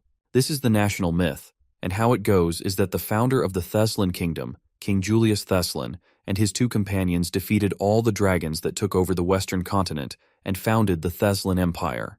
However, this is one of those poorly aged things. The Thessalon Empire became Thessalon Kingdom and became subjected to the Thulcaean Empire. Well, that's what everyone knows. But Jack reveals there are 2 Lord Dragons in the Dark Sea, a hatchling that belongs to the Imperial family, 5 in the Forest of Monsters, and 8 who wander around in a polymorphed state, making that 16 in total on the continent. Of course, Jack doesn't blame them if they don't believe him since they're pretty much mythical creatures. Jack goes on with what might be a story. It turns out the dragons can't interfere with humans, since they're bound by an oath. This makes John wonder if King Julius didn't kill all the dragons. So Jack explains that he didn't actually kill them, but made a deal with them. On top of that, it was his 2 companions who did all the work. So for the next question, Mr. Placeholder Name wonders what the dragons are currently doing. Jack explains that the Western Continent and Eastern Continent are separated thanks to the Dark Sea, and the Dragon Lords have always guarded the border of that sea for generations. While the Dark Sea's origins are unknown, it was created to divide the 2 continents, and the Dragon Lords have always passed on their duty to their offspring. But even with that, Jack's still curious to see what the Eastern Continent's like. After hearing that story, there's a silence in the camp. Then the mercenaries suddenly burst into laughter. One of them commends Jack's talent for storytelling and figures he's just a guy who's just lonely. But oh well, Jack never expected them to believe him anyway. Either way, it doesn't matter if they believe Jack's story. He wants to have a bath, so he heads to the carriage to grab a lantern. A soldier offers to stand guard, but that won't be necessary. So with that, Jack goes to have a soak. The mercenaries don't believe all the things he said, so Jack wonders why he keeps telling people. Man's already aware of his main character energy, and he knows it's boring to keep his powers a secret. While that's good, what's bothering Jack is John Doe. He figures he might be a spy from the Thulcan Kingdom. The same thing goes for the branch manager, Jane. She's also suspicious as well. Jack asked her to bring a mercenary to protect him, and she brought an 8th Circle mana user who was using a fake name. Speaking of 8th Circles, that's the same level as the Ironblood Order's commander at the moment. Then someone with a rare talent like that, and the leader of some unknown mercenary group just fell into Jack's hands. But it's possible John has his reasons. Anyway, before he makes any other moves, Jack places his hand on his chest and it begins to glow. It turns out that while he was in the carriage, he had been gradually recovering from his previous fight. When he's done with that, Jack figures he'll soon be arriving to meet with his master. As he gets out of the pool, he's already decided to abandon John if he shows any sign of being a Thulcan spy. He also figures that there's no other way around the matter and decides to ask him directly. Jack arrives back at the campsite. However, he's wielding a sword and mentions the fact something has been bothering him. Since John is clueless about what it could be, Jack points his sword and clearly states that John's the problem. He's curious why an 8th Circle user like him is working as a mercenary. Since the place Jack's heading to is important, he has no intention of letting someone like him come along. A soldier is shocked that their commander is an 8th Circle. Before he can ask what's going on, John silences him. So John says what about it? But since Jack shared an interesting story earlier, he wants to hear John's explanation. And if he refuses, Jack will gladly end him, even though he's a 2nd Circle. Then he throws the same question to the random mercenary who's terrified. Since John may be a spy, Jack believes Jane could be a suspect, even though she offered to have a beer with him next time. But now John gets serious. He wonders why Jack would bring up Jane out of nowhere, so Jack threatens to end Jane as well while he makes the face of a serial killer. After saying that, Jack has managed to provoke John quite a bit. However, his mana circle won't give way. Whether he's being cautious or hesitant, one thing Jack knows is that John's lucky. He was actually prepared to slice him in half the moment he started his mana circle. Now he has a chance to stay alive. Jack gives him 1 minute to make the right decision. In a flashback at Jane's inn, Jane talks with John about Jack. She figures that he's nothing like the rumors. And on top of that, she looked into his eyes and it felt like he was holding back a lot. Then she revealed that Jack wanted to recruit some soldiers, so she asked John to find out more info about him. With how Jack seems, he just might be the one who would change their lives. One thing John learned is that Jack is nowhere near what he heard from the rumors. While Jack's waiting for an answer, John actually feels like he's in trouble. It almost feels like he's a herbivore being chased by a lion, and the only thing his instincts are saying is that Jack's a dangerous person. Even though John's in trouble, he still finds everything pretty odd. First up, how did Jack know he's an 8th Circle user? He considers if Jane might have given him a hint. but there's no way she did that since she's someone he trusts. Plus, she would have given him the heads up if she did. Anyway, the clock is ticking, and John currently has 40 seconds left to answer. However, the question is if Jack can currently kill an 8th circle. But still, with how menacing Jack's eyes look, John begins to wonder if he's even a child at all. John contemplates telling Jack the truth to avoid any trouble, while the other soldiers are very confused and he thinks about what to do next. At this point, it almost feels like he's on the edge of a cliff, and his life as a mercenary flashed before his eyes. Either way, he considers himself lucky so far, so he now wants to see how far his luck will carry him and trust his instincts. While he has that internal monologue, the time is up and Jack prepares to kill the mercenary. Then John talks about Jane, which surprises Jack. It seems she's facing some kind of situation, so Jack stands down to listen to what John has to say. John Doe's story is a love story. He was a commoner guy, and Jane was a noble girl. When John was a 7th circle user, he met Jane. By that time, she was 19, and the both of them fell in love at first sight. And ever since then, they've been in a relationship. This explains why Jane wasn't married. But still, commoner or not, an 8th circle is usually respected in some way. But here's John, who's working as a mercenary, and Jack doesn't see anything wrong with him. Of course, after hearing this story, the rest of the mercenaries are shocked by the fact he's seeing the branch manager. Judging from Jane's character, Jack figures that she might come from a family of nobles who don't care about power. So Jane is the Adventurers Guild branch manager of a small domain and John's a mercenary. Putting things together, Jack finally figures that John took on the job to see if he could get some kind of benefit. However, he could be making all of this up. So Jack uses an ability to see through him. He reminds him of the story he told earlier and asks why the Thulkan Empire would have a dragon hatchling with them. But John has zero idea of what he's talking about. Normally, a master is someone who has 10 mana circles in their heart. However, there's a secret higher level that exists. The people of this rank are called Transcendents, and they use the power of the soul instead of mana.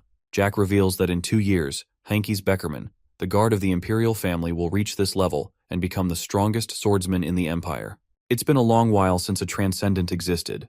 However, this guard won't get there on his own. He'll end up replacing half of his bones and blood with a dragon's, making him half human, half dragon. As a result of this insane act, he'll end up becoming a hybrid. While John doesn't see what the story has to do with anything, Jack reveals that the Thulkans currently have one dragon. Even if they're almost immortal, they can only perform so many experiments on one of them. So, the Imperial family sent people to other countries to gather information and check if a dragon existed there. After all that, John begins to laugh. He finds all that Jack said to be straight out of some novel. If he probably told this to the other mercenaries, they might just believe him. But after seeing John's reaction, Jack figures he's not a spy and now trusts him. Anyway, he passes by and he hopes the wedding between Jane and John actually happens. Just as he passes, Jack notices something that makes him go from 0 to 100 real quick and point his sword at the back of John's head. It appears John was about to draw his sword as well. Since Jack was the one who was suspicious of John first, he's letting the soldier live. He grabs his cloak and warns him about having any form of killing intent. If he does sense it again, Jack promises to nuke him out of reality. The rest of the soldiers who are panicked try to calm the situation. However, it's unfortunate because Jack thought he was finally coming to an understanding. But I guess that's just the relationship between an employer and employee. Later on in the night, Jack is asleep. However, the mercenaries are confused about what's happening. They're shocked to find out John's an 8th circle user. Some years ago, John revealed that he was a 4th circle user. While this discovery is upsetting, he probably has his reasons since he hid it after all the years they worked together. But anyway, now they know they have an 8th circle user on the group. One soldier figures that they just might become the best mercenary group on the continent, and John will become the king of mercenaries.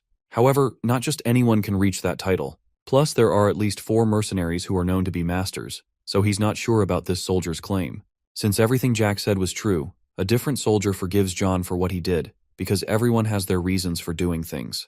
But he asks why John didn't react the time Jack had his sword at his neck. It turns out that moment was so terrifying that John's hands are still shaking because of it.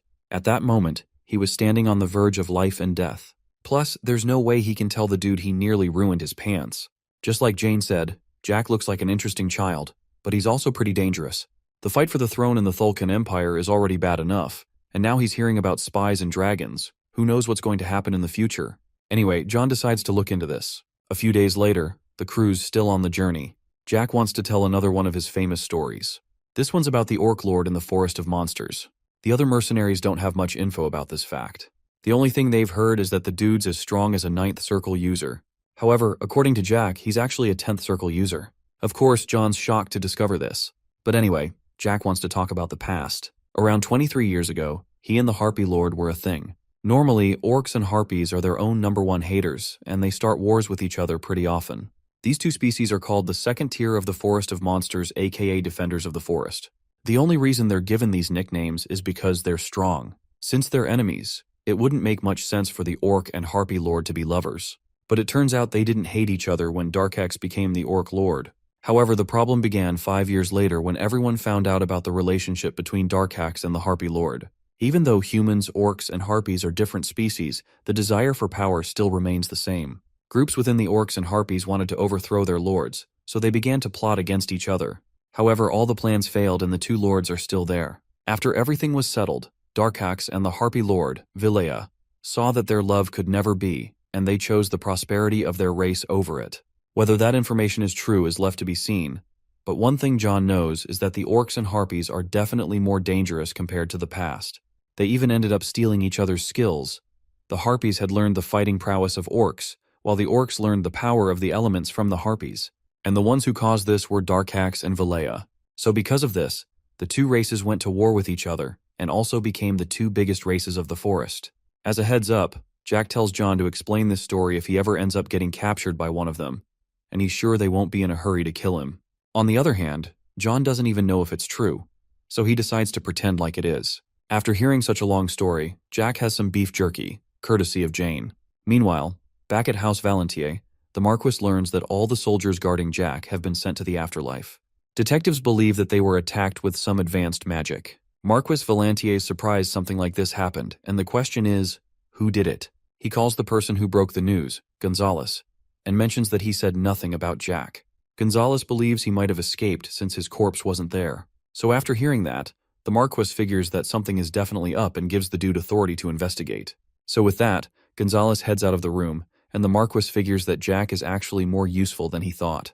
Jack has finally reached Mount Boulder, so he pays up for his services. John finds the bag to be a bit heavy, so he looks inside and discovers that Jack overpaid.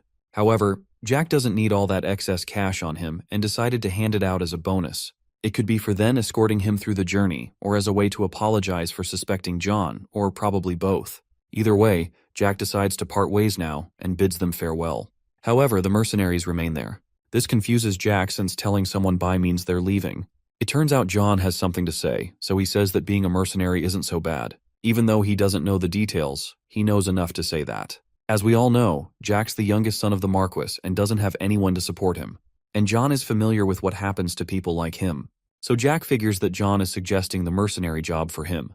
It doesn't seem like a bad offer since it's a job that will allow Jack to live comfortably, as long as he takes the safer jobs. On a different note, while the other mercenaries may not have been aware, Jack could have killed John on that night if he wanted. John is aware of this fact.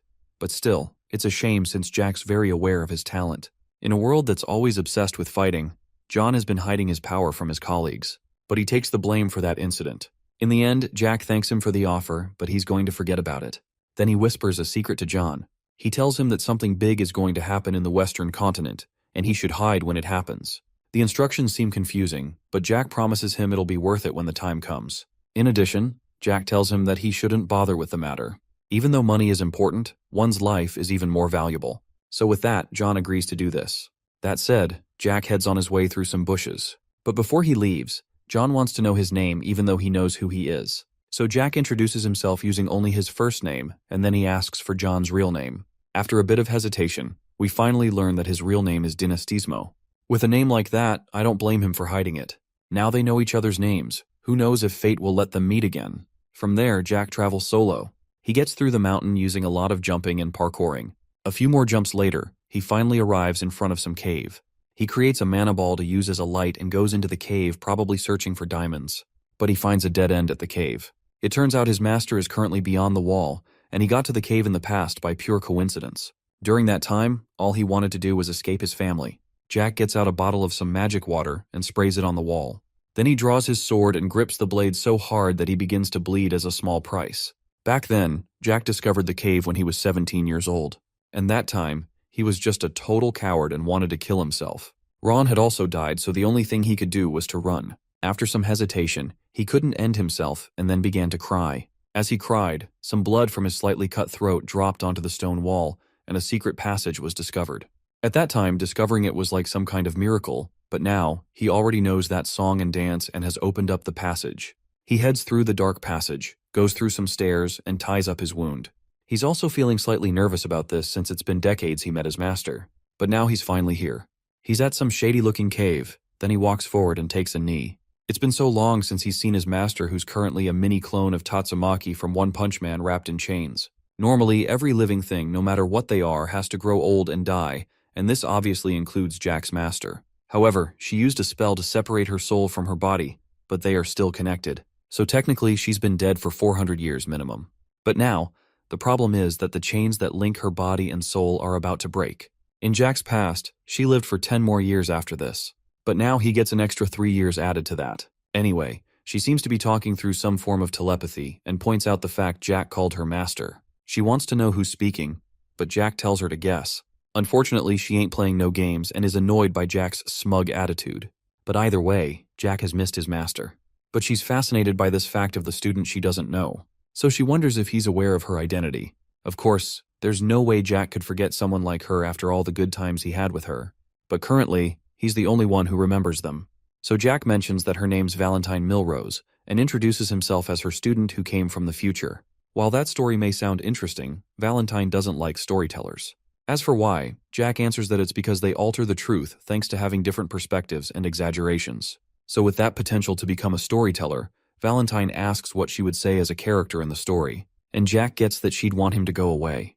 Jack may have talent as a story writer, but he's also about to be disappointed in his master. Once again, she says she's not Jack's master, but that response is exactly what he expects from her. Now, since he has no other choice, he draws his sword and points it at Valentine. At the same time, he asks his master to forgive him for this rash action. Jack then charges up his sword. Valentine sees this and realizes that he's using soul aura. Since Jack's action may be rude, he promises to take a beating once the situation has been sorted. He intends to destroy his master's chains, and is also aware that breaking them will cause the place to collapse. So he proceeds anyway since it's something he must do. It turns out the person who chained Valentine was Julius Theslin. He promised to free her one day, but man took his time to search for that milk. Several decades passed by until Valentine finally realized he was not coming back. But now, Jack's the person who's going to free her. He slashes the chains made from dragon bones like an overpowered Virgil, and the chains snap. After that, he catches his master who's falling from the air. Unlike Julius, Jack isn't going to randomly abandon her, and he's determined to prove it. After that short reunion, the place begins to crumble. While the boulders are falling, Jack pulls a Gandalf You Shall Not Pass move called Mountain. It turns out it's one of the 4 fundamental moves: wind, forest, fire, and mountain. He then stabs his sword into the ground, and since mountain is a defensive move, all the boulders get deflected from him. Then a glint of light before a massive explosion happens. After seeing this, Valentine wonders who on earth Jack is. But just like he answered earlier, he's her student, then Jack lets go of his sword. What's surprising is that someone as young as Jack learned to use soul aura, but that's possible since he got stronger in the future. From there, Jack wants to explore the world with his master for the next 13 years. With that said, Valentine places her little bitty hands on Jack's face. This is how she finds out if someone's telling the truth, but who knows how that works. After a while, she finds out that he's actually telling the truth about the time travel thing. Now that she finally believes him, Jack collapses out of exhaustion. She then takes a seat on Jack's shoulder and points out the fact that forcing a relationship is pretty rude. However, this is one that Jack believes has to be, so he just went for it. Even though he's in so much pain, he keeps replying since he's Valentine's student after all. Then Jack finally introduces himself and hopes to get along with his master in his current life as well. 5 days later, both of them are in the town of Azenblay. However, all through the 5 days, Valentine managed to not say a single word. It seems she's been organizing her thoughts for the whole ride. Then she speaks for the first time in days. She thought that Jack could be a descendant of Theslin since it's impossible to control souls at such a young age. But it turns out he isn't one. She then makes a statement about the power of souls, then gives Jack a side-eye, expecting him to complete her sentence. Jack can remember from his past life that if he doesn't comply, she'll go Muhammad Ali mode on him. So he says that even out of the Mana Masters, only a few people can use the soul power thing. Luckily for him, that's the correct thing to say. On another note, she also noticed the insane number of people he killed in his soul. However, Jack laughs after hearing that. If he eventually decides to talk about his past life, she'll probably stay quiet for another 5 days. With the amount of people he's killed, she's sure that at this point, it's more than her kill count. Now on to another topic. Valentine wonders why Jack received a once-in-a-lifetime chance of being able to relive his life. From this, Jack figures she has been thinking about his time travel thing. After thinking about his past for a while, he has no idea why. This answer leaves his master disappointed, but it makes sense since he didn't turn back time himself. He figures that if someone else did it, they would have a reason, and is sure they'll meet him one day. If they don't, he'll just have to keep living life. But more importantly, he wants to spend more time with his master. While Jack seems to have a talent for flattery, his next plan is to recruit people to his team since he'll need some help. There are times when it would have been nice, like when the guards tried to attack him, or when he broke his master out of the cave prison. Speaking of that rescue, he felt pretty sick afterward, so he secretly drank 2 high-quality potions and was sick for 5 days. So after those kinds of moments, he'll need some sidekicks to protect him. But anyway, Jack decides to do some shopping, starting with getting a new sword. But a random person who seemed to be in a hurry bumps into him. The girl falls to the ground along with her basket of flowers. She apologizes while Jack offers to help her up. Then Jack finally notices who the person is. While the girl scrambles to pick up her flowers, Jack has just found a perfect member for his crew. So Jack goes straight to recruiting her. Obviously, the girl is shocked after being offered to join a team from nowhere. He also hands her a bag. When she opens it, it's full of gold, and this amount of cash shocks her. She rejects it because it's too much for her. Although, a single shilling is all that she needs. So Jack gives that to her, and the girl hands him the entire basket of flowers. With that, she rushes off bidding him farewell, but then she pauses and bows before finally leaving. She's a perfect candidate for Jack's team, however, Valentine can tell she's a vampire. It turns out even Jack didn't know this and is surprised to hear that info. He wasn't recruiting her because she's a vampire, but he figured she had the potential to become a 10th circle user. So after that, Jack still has a long way left to improve, and Valentine's there to teach him everything. Concerning the girl earlier, she seems familiar to Valentine. She recalls a time when she saw the same girl in a forest, and this coincidence is crazy. So Valentine lets Jack know that she'd like to visit someone after he gets his sword. Random fact time. Vampires were the only creatures that stood a chance against dragons. Jack searches for a sword while the seller talks endlessly about why his choice might be the one, but we digress. Anyway, back to the random fact about vampires and dragons. Around 10 years ago, the vampires waged a war against the dragons to escape the forest of monsters. As you'd expect, the dragons won, however. A handful of vampires used the opportunity to escape the forest. So that would mean the girl Jack met earlier might be a child of one of those vampires. But anyway, he doesn't really care who she is. He picks a sword, and the saleswoman goes on the usual talk. But Jack's had enough at this point, so he picks the sword and doesn't care if it was the same one King Arthur used to shave his nose hair or something. After paying for the sword, Jack has decided what he'll do about his first underling. When they leave the shop, Valentine questions if he really has to do this since she doesn't know much about the current times. Jack understands her worry, but he believes that children are innocent. With that response, Valentine wonders if he's just saying that to justify his decision. Hopefully that's not Jack's intention. However, Jack understands why his master's like this. It turns out that 400 years ago, she, the dragons, and all the rulers of different creatures made a promise to not interfere with humans. So after that, all the creatures moved to the forest of monsters. With how much time has passed, all the rulers who made that promise have all died, and the creatures were technically free from that promise. But there was one problem. The dragons wouldn't let them leave the forest. Since they have lived for more than 2,000 years, the promise still stands for them. They also can't escape as well, so they made sure that no other creature escaped the forest. While Valentine's judgment was right, all the dragons needed to be killed, unfortunately. The old Jack had discovered this during the war, and then he went ahead and wiped out the dragon race. A while later, Valentine spots the girl who seems to be doing some shopping. After seeing his master's demeanor, Jack holds her hand and says she doesn't need to feel guilty. Even though he doesn't know everything about the situation, he knows enough. After all, he's still Valentine's student. With that said, she finally lets Jack do what he wants. But some friendly advice for Jack is not to let the girl drink his blood. Jack gets confused and wonders why his master would say that. Anyway, the girl finishes her shopping and hurries away. Since she's still a child, Jack figures that she has to eat things good for kids. Meanwhile, deficiency-inflicted vampire girl recalls the time Jack tried to recruit her. She finds it ridiculous that he was talking to some kind of doll, and the fact he tried to recruit her. But still, it's been ages since anyone has spoken to her in such a polite manner. She's also carrying some orc blood to give to her bedridden mother. When she was young, the girl's mom told her not to drink human blood. Other than the one her uncle gave her, she wasn't allowed to drink any other blood. She finally arrives home and wonders if he's going to show up again. When she arrives, she wonders if her mom is sleeping, so she calls to her as she comes up the stairs. The mom finally answers and says they have a guest. The girl searches around for the person, then there's a Jack jump scare. She's surprised that he managed to find the house and falls over. Then Valentine asks the other vampire to sit up, and she complies. Even with how sickly she looks, Valentine can recognize the lady and wonders why she's bedridden. And apparently, the vampire lady's name is Viviane de Royale, a noble vampire. Later on, Jack and the vampire girl are outside the house. The girl, whose name we still don't know, plays with some birds while Jack watches. He then takes a look at the room window above. Even though he's keeping track of things with his mana, he really hopes nothing goes wrong. Back in the bedroom, Viviane wonders who the doll beside her is. After a subtle reminder, Viviane finally realizes that the person is Valentine Milrose, the very same person who threw her kind into the forest of monsters. Before Viviane can say any other thing, the weakness kicks in and she begins to cough and tremble. When she recovers, she points out that Valentine's now a doll. But this form is a curse, and Valentine only gets one night as a human out of an entire month. More importantly, she wants to know what a vampire is doing outside the forest of monsters.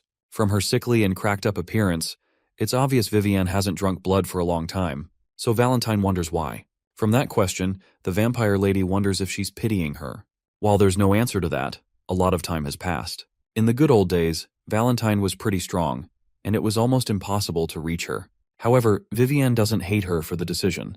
In fact, if they weren't drafted, the humans would have found a way to eliminate all of them. Now to answer Valentine's question. In the Forest of Monsters, there are 5 tyrants and 2 lords who control them from the shadows. In the past, vampires tried to escape from their rule by escaping the forest. By that time, the vampire girl, whose name is revealed to be Charlotte, was still a baby. However, the escape attempt failed, and the vampires were killed by a dragon. Viviane and Charlotte were the only survivors, but the dragon spared them out of pity. But in exchange for this, the dragon ordered them to stay at Assembly and drink only pig and cow blood. Even though the living conditions were not the best, Viviane was willing to accept it so she could save her daughter. However, Valentine doesn't approve of this. A vampire with a royal bloodline just waiting for death in a random village. Back outside, Charlotte wonders when the 2 visitors are leaving. It turns out her uncle's coming soon, and she's nervous because he doesn't like visitors. The mention of an uncle piques Jack's interest, so he asks her for more info about him. Charlotte is startled by this and figures that Jack's trying to scam him. But Jack's not a brokey who would do that. He's just bored of waiting outside, so he wants to know. Charlotte eventually agrees and starts with the most important fact. He's rich. Other than that, he's the person who gave her and her mother the house they're staying in, and he brings them food every 3 days. Jack figures the food she's talking about is the cow and pig blood that was mentioned in Viviane's story. After hearing that, Jack wants to give some info about Charlotte's uncle. But before he can say anything, a random voice surprises Jack. It's from Charlotte's uncle, and he remarks about her new visitor. Of course, Charlotte is delighted to see him. Jack meets with the man, and he on the other hand figures that Jack's from a noble family. However, something is off with this dude. Jack realizes that he's actually a dragon. A short while later, he points out that there are quite a few guests present. Then there's Viviane, who asks Valentine to call for Charlotte. Once Dragon Man points out the guests present, Valentine talks with Jack through her usual telepathy thing. Jack confirms that he can hear her, and at the same time reveals there's another guest. So, Valentine instructs him to bring Charlotte and the man to the house. The man's a bit confused and wonders about Jack's mumbling. Jack reveals that his master's calling for him, so he leads the way. Besides, the dragon came to watch as Viviane's about to die, so they make their way up the stairs. Viviane calls for her daughter, then she is surprised when she spots the Dragon Man. However, he doesn't plan to do anything. After all, Viviane's about to give her final words, and he doesn't want to interrupt that. After hearing that, Charlotte becomes worried and checks up on her mother. She brings the orc blood that she bought earlier to give to her mother. However, she declines the offer, but appreciates the fact her daughter brought her a birthday present. Viviane then apologizes since she hasn't been able to do much for her daughter. After hearing that, this makes Charlotte worried. As for Jack, he believes that there's no reason for him and his master to come in the first place. They ran into Charlotte by chance, and Jack was the one who decided to follow her. He believes that's not enough reason for them to remain as she watches her mother die, so he wants to create a reason. He steps forward and asks if Viviane will entrust her daughter with him. Of course, she's shocked after hearing this. Then Jack takes her hand, and to keep things short, he asks how she wishes her daughter to grow up. He asks if she wants the vampires to rule the world, or if she wants revenge on the dragons who punished the vampires. While those sound like interesting choices, Viviane asks Jack to come closer. She points out the fact he's different from others as Valentine's disciple. However, all she wants for her daughter Charlotte is for her to live a happy life. Before she's finally over, she asks for Jack's name, and he introduces himself as Jack Valentine. With that said, Jack's sure he'll be able to take care of Charlotte. So he tells her not to worry and to rest in peace. With that, she thanks Jack for this, tells Charlotte she loves her, and finally bites the dust. From there, Charlotte begins to cry after losing her mother while Jack picks up Valentine.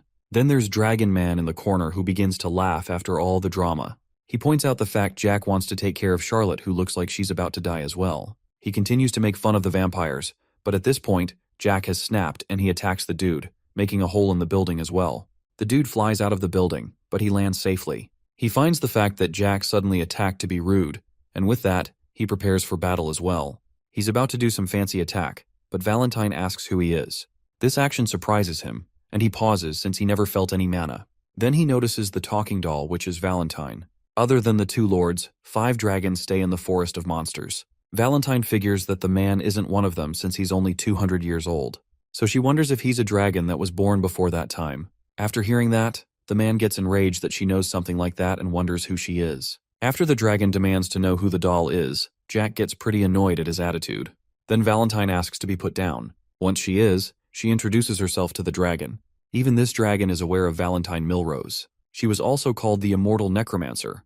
However, she finds the alias to be stupid now. The dragon doesn't believe her, so she calls out 2 names, Bahamut and Volamot, and the dragon's shocked after hearing this. It turns out those are the true names of the 2 dragon lords, and only those who have seen them face to face know it. And since the doll knows them, the dragon believes that she's Valentine. What he wants to know is how she's still alive. Either way, it doesn't matter to him. It turns out our guy's a sublime fire dragon named Valactus Machiavelli, and he never expected to run into a legend like Valentine. Apparently he wanted to kill Charlotte as well. With that, Valentine orders him to leave. But Valactus isn't taking orders from her and reminds her about the promise. According to him, the dragons pitied all the other creatures and showed them mercy. And even with that, Valentine's ordering him to leave. However, this dude has been severely misinformed. It was actually Valentine who bestowed the grace, not the dragons, and Valactus is shocked after hearing this. The reason why the dragons were separated from humans was because their egos were as big as their physical sizes. Their belief that they were superior to everything was why war broke out between species. At this point, Valactus has heard enough and doesn't want to listen to an old hag. After this comment, Jack calls out to the magical lizard, and now he's pissed that an oversized 4-limbed reptile had the nerve to insult his master. After that, Valactus leaps into the air and tries to slash Jack with his claws. But Jack dodges easily and lands an easy mangy kick to the jaw. This sends him crashing into a wall. After that, Jack approaches him and lifts his chin with his foot. That's what he gets for disrespecting the master. However, the dragon's outraged by this, but Jack just tells him to shut up before he dies. Then Valactus grabs his leg and sends him crashing into the house. After a while, he emerges from the smoke and now his outfit has gotten dirty from that. Jack shows Charlotte the kind of person she considers an uncle. Then she begins to cry. Jack picks her up from the ground and lets her to take a good look at him. He's the person who killed vampires and probably killed her father, whom she never knew as well. On top of that, he toyed with her mother until she died. This is too much for Charlotte to take in. However, Jack mentions that he got her mother's permission to take care of her. While he draws his sword, Jack lets Charlotte know that her answer is the most important one. So Jack's determined to show her how powerful her protector is, as he leaps into the air to attack. Now it's time for a battle between an OP second circle user and an overgrown 200-year-old lizard. Jack swings his sword first, but Valactus jumps back, dodging Jack's attack. After a while, the two of them charge at each other to attack and exchange various slashes with each other. After that exchange, Valactus figures that Jack's not a strong mana user. Before he can finish his statement, part of his hair falls off. It turns out that was Jack's goal since it was disturbing him. Now the dragon is angry, and he's not going to hold back anymore. He fires an attack called Windcutter at Jack, but he's not bothered by it and easily blocks it. Valactus is shocked by this. He has every right to be since Jack just deflected a dragon's spell like it's nothing. Then Jack jumps in the air, grabs the dude's face, and slams him in the ground. After beating him up, Jack finally remembers Valactus. He's the loser's son of another dragon named Luca Machiavelli, one of the 5 dragons who oversees the forest of monsters. Of course, Valactus is shocked by this fact. As for how Jack knows Valactus's father, he ended up cutting his head in his previous life. However, he never saw Valactus during that time. So Jack figures he died in some accident or was hiding for his life. Another thing Jack does know is that he acts just like his father. After revealing this, Valactus wonders who he's dealing with. But Jack answers that he's the student of Valentine, the person he insulted. Still, it's surprising that Jack dissolved a dragon spell since humans normally can't do that. After seeing what the strongest life form on the land has to offer, Jack points his sword at the dragon and gives him 5 seconds to bow and apologize to his master. And if he doesn't, Jack will grind him to dust and wipe him off the face of the planet, the same thing the dragon has done to others. The countdown begins while Velactus is on a knee. Just as Jack counts to 1, Velactus grows a pair of wings and flies away. Since things aren't good for him now, he has to run away. At the same time, he intends to report what just happened to other dragons. On the other hand, Jack never expected him to run away. However, he's not out of options to stop him. He prepares another attack, and then Velactus gives a look of terror. He takes a look and contemplates if Jack's launching an ICBM. But apparently, this is another one of those fundamental moves, and this one's called Wind. So after witnessing this, Velactus wonders what kind of monster he's up against. Welcome to the Shadow Realm where we have Velactus running away in fear. Then there's the Jack of his nightmares that he can't get away from. Then he trips and falls to the ground, and at this point, it's over for him. The Jack figure goes to get him. Then the real Jack wakes up from sleep and finds himself in a room he's never seen before. He takes a look around and wonders where he's at. Then Ron enters the room, sad that his master is unconscious, but he spots him awake, and they are both surprised to see each other. Ron rushes to check on Jack to see if he can still remember him, but he still remembers who his servant is and asks him to back off. What he wants to know is why Ron's with him and where he is. After some stuttering from Ron, Jack remembers about Charlotte and Valentine, and he wants to know where they are. So Ron informs that Charlotte was cleaned up, and she's currently sleeping in a different room. Even though he doesn't know what happened to her, she was pretty exhausted. Then for the random doll, he points at it, and it's currently sitting on a chair. While Valentine's not in the best mood after this, Jack's delighted to see her. When Ron discovers that the doll can talk, Jack figures that his master might be mad at him. However, she denies this obvious fact. While the master and student chat, Ron wonders how the doll can talk. On top of that, it's been on that spot for 3 days. It's a long story to explain everything, so Jack just shortens it to she's his master. Then he tells Ron to be careful of what he says to her. With how serious Jack sounded, Ron believes there's a reason for it, so he complies. With that out of the way, Jack asks for a breakdown of what happened, so Ron explains everything. The guards who accompanied Jack were found dead, and House Valentier found out. Naturally, they sent a knight to investigate, and the knight tracked Jack, believing he could explain what happened. Besides, since the crime scene was near Arbeloa, a few people must have informed him at the village. After that, there were rumors that Jack was spotted near the Azambal Duchy, but what they saw was Jack's wind attack. Then he was found unconscious and badly injured, so he was carried to a temple for treatment. They ended up feeding him 3 strawberry-flavored top-tier potions, and this is Jack's favorite flavor. But putting that aside, Jack wonders why Ron isn't doing the one thing he promised, protecting Elizabeth. So, Ron explains that the Marquis refused to let her come along in searching for Jack, and since Ron knew him well, he was sent in her place. Jack is surprised after hearing this, but he figures that his father is actually dumber than he thought. While master and servant have their reunion, a knight shows up from nowhere, and he notices that Jack's awake. Now we have the red-haired knight named Gonzalez. He's the deputy commander of the Iron Blood Order, and also in charge of the team investigating the incident. He steps forward and warns Jack about any shenanigans involving Charlotte. Even though he believes Jack is inferior to Phelan, Gonzalez believes that he should still uphold his reputation as the Marquis's son. Ron takes what he said personally, but Jack stops him from going on and wants to hear whatever nonsense the knight has to say. So with that, Gonzalez wants to ask Jack some questions about the incident. However, Jack recalls that he was given 3 top-tier potions. So, he's giving Gonzalez 3 chances to be cool. Now Jack's ready to answer with a menacing glare. Gonzalez notices something different about Jack since he normally can't look him in the eyes. Either way, he asks for what happened. Then Jack explains the exact story. The guards were given a strange order to break his limbs. In the middle of the explanation, Jack asks what's up with Gonzalez's funny face. From his expression, it looks like it's his first time hearing it. But Gonzalez wants to get back on track. What he doesn't know is that he's already on strike too. Man better pray to the Lord for what's about to happen. Anyway, back to the story. Jack narrates that during the 4-day trip to the academy, the guards said they would break his limbs and heal them back every day. As if that wasn't savage enough, the 6th Circle Knight named Raisin took things further by saying he would destroy Jack's mana circles. After that explanation, Ron's pretty nervous about what he's saying, but Jack figures that he knows what's up. Then Jack rounds up the story saying he killed them. Of course, Gonzalez is surprised to hear this. So, Jack does him a favor, rises from his bed and repeats himself crystal clear. With that information, Gonzalez figures that the attack wasn't an outside attack. On top of that, it's from the so-called useless child of House Valentier. But what's confusing him is how was he able to do it? Jack, on the other hand, is a person who would torment people trying to harm him. While it may seem like a joke, he's playing no games. Gonzalez then warns him about his tone, and before he can go on, Ron grabs his arm and would like to talk with him. Unfortunately, Gonzalez pushes him away since he's just a servant. After seeing this, Jack finally loses it and punches him so hard that he's now unconscious. The reason for Jack's sudden action is because that's strike 3. After that, Jack begins to feel dizzy and falls on the bed. As Ron goes to check on his master, Jack points out that the dude he just punched is a 7th Circle user. Then he mentions the fact Ron's always acting as that weak servant and wonders if he's tired of it. After that, Jack grabs Ron's shirt and says that he doesn't need to do that anymore. At first, he thought it would be best if he kept doing what he did, but things have changed now. He figures he should have looked out for the people who care for him, so they don't get mistreated by others. Although that isn't what Jack said before, he doesn't find the idea bad either way. So with that, Ron focuses his attention on Gonzalez. Even though Jack may not remember, he looked down on him and Ron in the past. Then Jack wonders how much time Ron will need to teach him a lesson, but a minute's enough. Now we might learn that Ron is one of the coldest characters alive. When it comes to cooking, Ron's a boss at it. However, it's not only food that he's good at cooking. Watch him as he completely cooks Gonzalez in combat. At this point, Gonzalez has gone from deputy commander to deputy punching bag.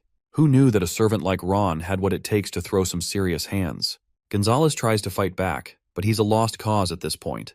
Ron easily dodges his attack and strikes again.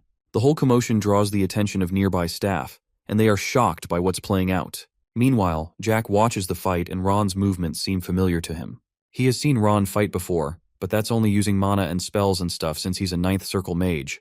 That means his main skill should be in magic, not physical combat. But somehow he's able to body Gonzalez even though he's not jacked or anything. So Jack figures he must have a ton of fighting experience. Even if Ron's a spy from the Thulkan Empire, Jack still won't be able to kill him or beat him up. Well, back to the fight, and Gonzalez is showing signs of being a sore loser. He yanks a sword from a nearby guard and tries to kill Ron with it. Of course, Ron's prepared for this. He closes in and lands a solid knee right to the knight's face. After seeing how his servant fights like Mike Tyson in his prime, Jack figures that it must have been tough for Ron, who had such skills, to put up with his attitude. Then he calls to Ron, who seems to be enjoying every moment of the brawl. He mentions that it's taking long to finish up Gonzalez. While Ron pays attention to his master, Gonzalez tries to land a sneaky one at 1 HP, but a single punch from Ron ends him, and he's cooked. The entire fight took 1 minute and 12 seconds, so Jack points out that Ron has to get back in shape. Then there are the 2 random guards. Jack orders them to quit staring, and they head back to their posts. Now that's over, Jack yanks the dude's hair and wants to have a friendly chat with Gonzalez. Looking at his status, he seems like a competent fellow and is Marquis approved as well. Gonzalez is outraged that a servant beat him up, but a firm tug on his hair shuts his mouth. Even though he's been defeated, he has completed his investigation and found the culprit of the incident. So, mission failed successfully. Looking at Gonzalez, he's the favorite knight of the Marquis, the 3rd most powerful knight in House Valentier, and is currently in his late 30s. But most importantly, he's a deputy commander, and it would be a waste to kill him. So, Jack asks if he's interested in becoming an 8th Circle user, and a commander at that. But Gonzalez is surprised at the way things are going.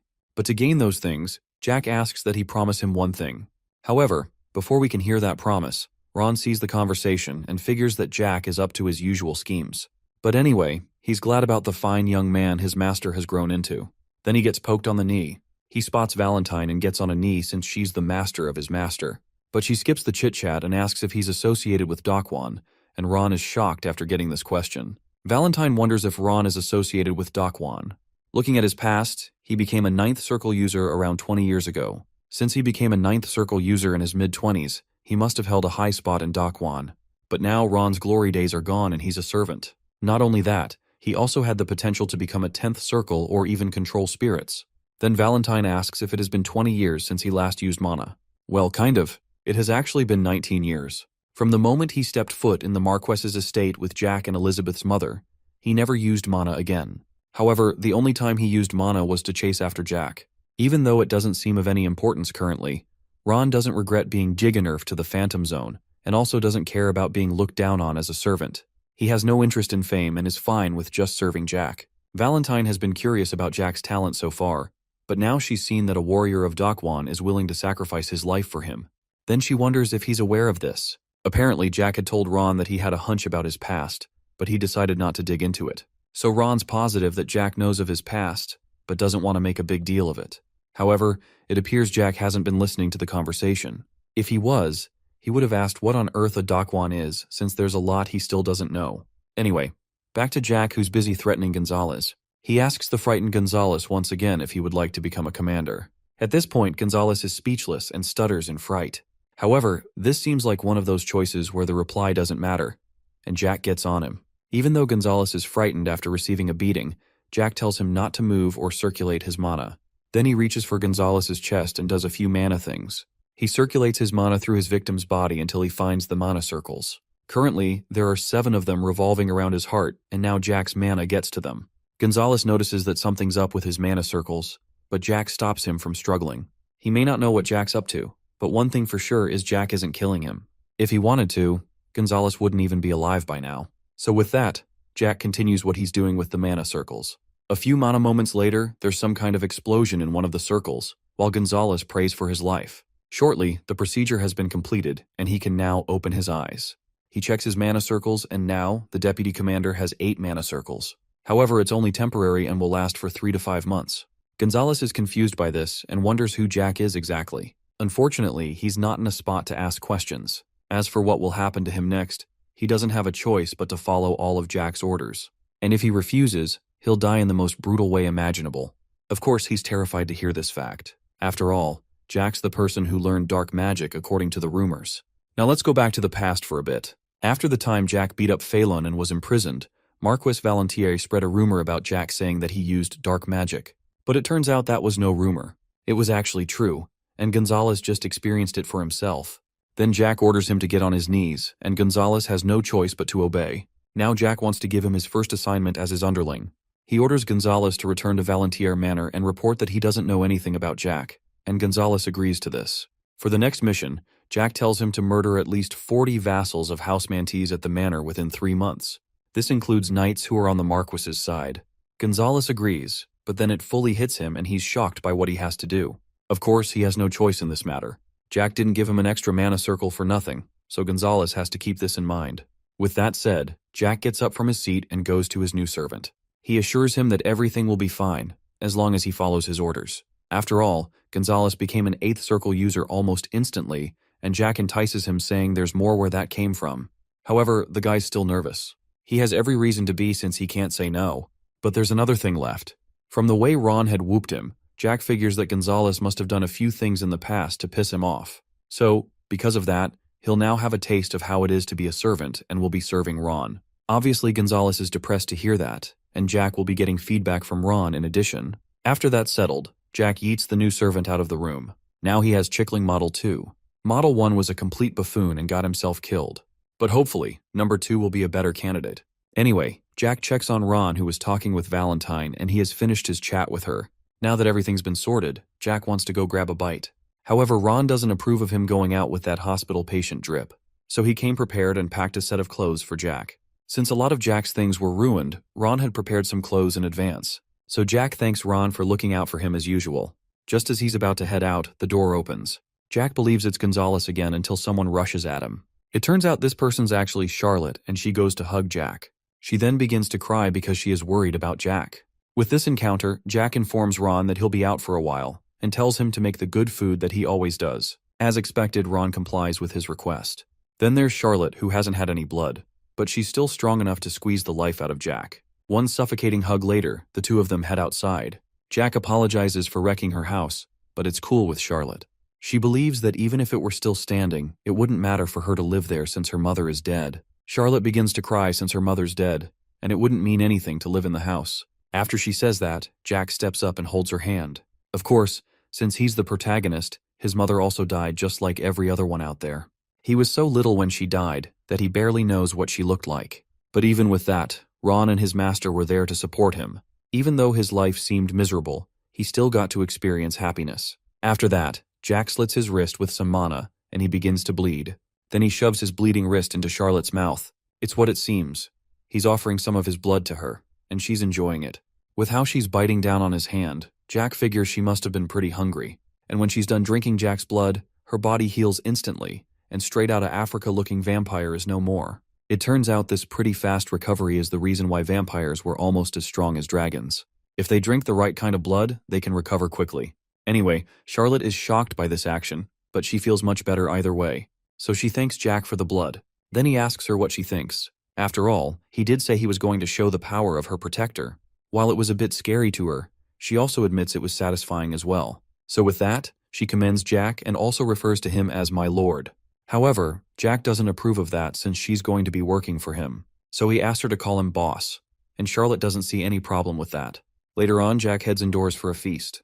He tells Ron about the dragon he defeated, and Ron finds that outrageous. He's very confused by this, but it's the reaction Jack expected to receive. When a dragon turns 10 years old, it already has around 4 or 5 mana circles, and the time it reaches 50, it may have reached the master stage. Then there's something called incarnation. It's when a dragon changes its giant body into a normal human form, but it's different from polymorphing. Normally, a dragon's normal body is specialized to use magic, but incarnation raises its physical power to the max. While Jack avoids eating his vegetables, he recalls his past battle with Velactus. If he was a bit more careful, Jack would have found him difficult. But in the end, Jack was victorious, and for something that was 2 centuries old, he considers it to be an idiot. Ron's a bit confused by Jack's statement. But on the other hand, Jack figures that no matter how skilled he is, he's still a second circle user. It would sound ridiculous for Jack to fight a 10th circle user. But as for the dragon, he lacked experience and couldn't use incarnation. In the end, he got scared, used some magic, and ran away, which all led to his death. With those in mind, Jack realizes something. Any sane person wouldn't believe he killed a dragon. For instance, the folks of the Fire Ant mercenaries would just laugh it off as usual. But Ron casually accepted Jack's ramblings. So Jack figures that Ron knows a lot of things like dragons still exist. With that said, there's no way Ron's beating these allegations. However, he thought Jack would know everything about him since he time traveled and all that. But Jack has no idea about that. The only thing he knows is that Ron died an untimely death. Even though Jack knows quite a bit, there are still some things he doesn't know. Ron informs him that telling him everything is going to be a long story. However, Jack doesn't want to hear the full gist. He's aware that Ron's a careful man. He never told Jack anything even from the time they escaped the Marquis's manor in his past life. After all, everyone has a few secrets. But there's still one thing on his mind. Out of nowhere, he wants to ask his servant a question. Jack wonders if Ron has any connections with the Thulkan Empire. Or more accurately, if he's a spy. Of course, there's no way Ron would do such a thing. After hearing that response, Jack goes, "Understandable, have a nice day." He was suspicious for a moment, but he's relieved after the response. However, Jack wants him to realize that he doesn't want to burden him. But judging from the smile on Ron's face, he believes he caught on. Now for the next plan, Jack wants to make more mana circles. In his current stage, he goes out of action whenever he uses his soul aura. So, he has to increase his mana circles and regain his former glorious physique so he can withstand the force of using it. But that's a thought for another day. He still has to get to the academy. Shortly, Valentine shows up, surprising Jack. It turns out he used a move called the Dark Halter, and she figures that he's definitely the one. Apparently, this Dark Halter is a dark magic spell that only she and Jack know. The reason why it's only the two of them who know that spell is because Valentine is the one who created it. Her glory days were during the time of war, so she used this spell against enemy spies. What happens is that she creates a mana circle by force and carves a vow within it. If the vow wasn't upheld, the person would instantly turn Minecraft creeper mode and explode on the spot. It was this brutal spell that made her pretty infamous. Anyway, Valentine wonders the kind of vow Jack carved into Gonzalez's mana circle and what he's after. But Jack just did that for insurance for Ron and his sister Elizabeth. After hearing that, Ron's touched that his master's looking out for him. However, this emotional display doesn't sit right with Jack. Shortly, Charlotte pays a visit. She's seeking refuge from all the maids who wouldn't stop bothering her. But she came in at just the right time, so Jack offers her a seat. Ron then offers to make her a meal, but thanks to Jack, she's already full. And Ron's confused by this. Jack intends to let Charlotte attend the academy as well, so he asks Ron if that'll be possible. But Ron considers himself as just a mere servant. While that's true, he's still a competent servant. Even with all that competence, Jack wonders if he still doesn't know anything. Now Ron's put on edge and he still claims to not have a say. Since he refuses to talk, Jack decides to take matters into his own hands. After hearing that, Ron advises him not to threaten people, but surely that isn't Jack's intention, right? Anyway, Charlotte springs from her seat after hearing she'll be going to the academy. After all, every kid needs their education, plus Charlotte's too talented to leave her like that. Currently, she doesn't have any mana circles, but with good training, she can easily get all 10 mana circles. In fact, she could be capable of using soul aura as well. As for how she'll get admitted, Jack figures that one recommendation letter from Gonzalez will do the trick. But the only problem left is her age. The minimum accepted age for the academy is 14, but Charlotte's 11 years old, so she'll have to be admitted through some other shady ways. But one thing for sure is that she'll definitely attend like the other kids. A few days later, Jack and his crew finally arrive at the academy. A while ago, Ron had packed up a few extras for Jack, and he's grateful for this. With that, Ron prepares to leave, and he's still intent on watching over his master. However, Jack asks for a favor. He instructs him to handle any issues that may arise in the family. From this, Ron figures that Jack wants to remain focused in the academy. While that may be true, Jack also doesn't trust Gonzalez and figures that he may not be a smart guy. In fact, he holds him in zero regard and even plans to get rid of him when he's done with whatever he ordered him to do. So Jack wants Ron to manage him as well. Apparently, the plan is to slowly cut off the hands and feet of Marquess Valentier. By hands and feet, he's talking about House Mantas and the elders of House Valentier. Then there's Elizabeth. Jack figures that she's way too kind.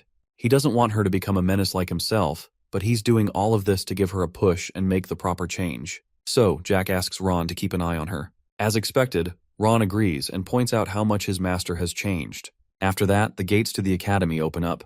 As Jack and his followers enter, Valentine notes that he has a pretty loyal subordinate. To Jack, he's not just any subordinate, but a good person as well. Then there's another good person, and that would be Jack's master. Somehow Jack's words get to her, and she's flattered. Meanwhile, Charlotte is amazed to see a place like the academy since it's her first time. Shortly, a maid welcomes Jack, and Charlotte retreats back to him like it's a reflex. The maid then bows and reveals that the headmaster is waiting for him.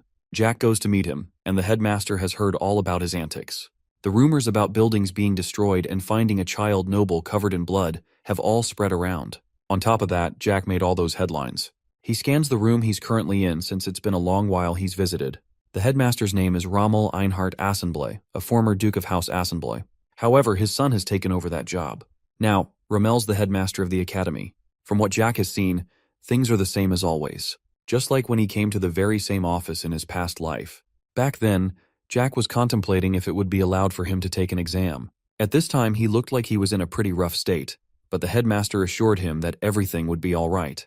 With how his family was going, Rommel was very sure that either his father or brother would kill him before he came of age. But this situation he's in doesn't seem unfamiliar to Rommel. After hearing that, Jack wondered what he should do, but places his hand on Jack's head and says he has to figure out that one by himself.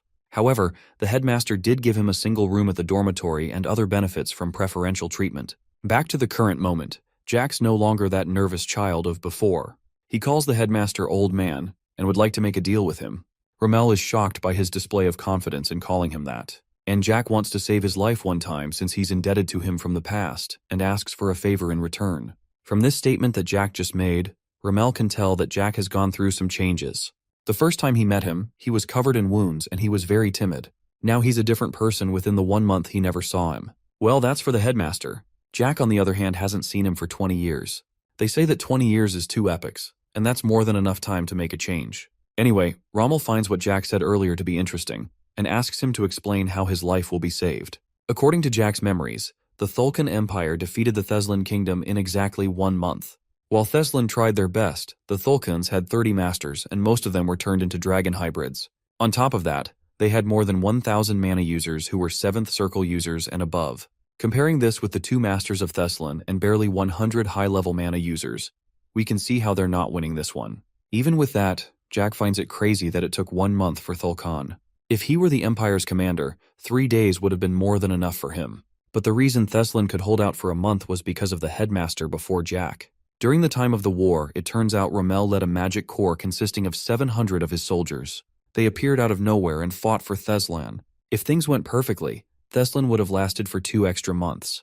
But since we don't live in a perfect world, he was betrayed and killed by a person Rommel trusted the most, Brutus. Rommel is startled after Jack calls out that name. He then tries to correct Jack not to call an instructor by their first name, but Jack doesn't care. He says that person's a spy from the Thulkan Empire. Brutus Marco is currently a 6th Circle Knight who's the assistant instructor of the swordsmanship department and a vassal of House Assenbull. On top of that, he's a person who seems to look up to Rommel. This means that Jack just insulted a House Assenbull vassal. Again, Jack doesn't care and he warns Rommel that he'll regret not listening to him. But Rommel advises him not to do anything rash and is willing to overlook what he just heard. So with that, he tells Jack to leave. However, Jack rummages through his pocket and places a crest on the table. He's a man of his word and lets Rommel know that something might come up in the office. Either way, he asks for Brutus to be brought in. A while later, Brutus arrives at the office.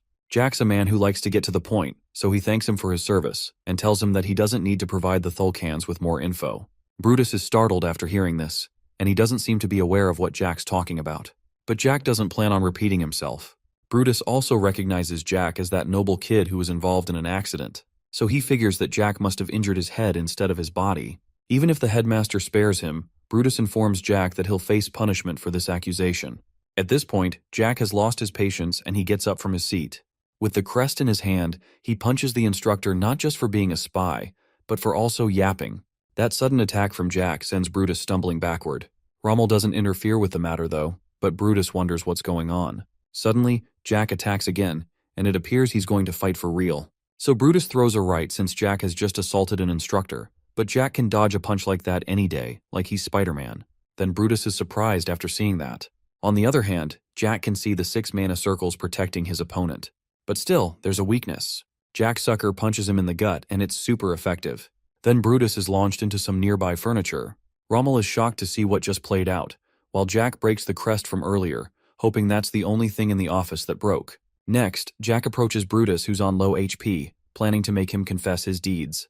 To be on the safe side, Jack suggests that he should peacefully turn himself in. However, Brutus still decides to play dumb.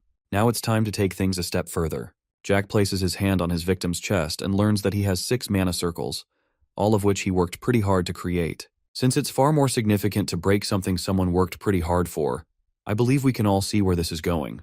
Jack wants to ask Brutus a few questions, and for each one he answers wrongly, Jack will break one of his mana circles. Of course, Brutus is terrified to hear that, but there's no time to think because a question's on the way. The first question is pretty simple. Jack asks if he's a spy from the Thulkan Empire. Chills run down Brutus's spine after hearing that, but he eventually denies that he's a spy. That's not what Jack wants to hear, so there goes one circle. In seconds, Brutus is now a 5th circle mana user. Jack asks the question again, but Brutus remains silent this time.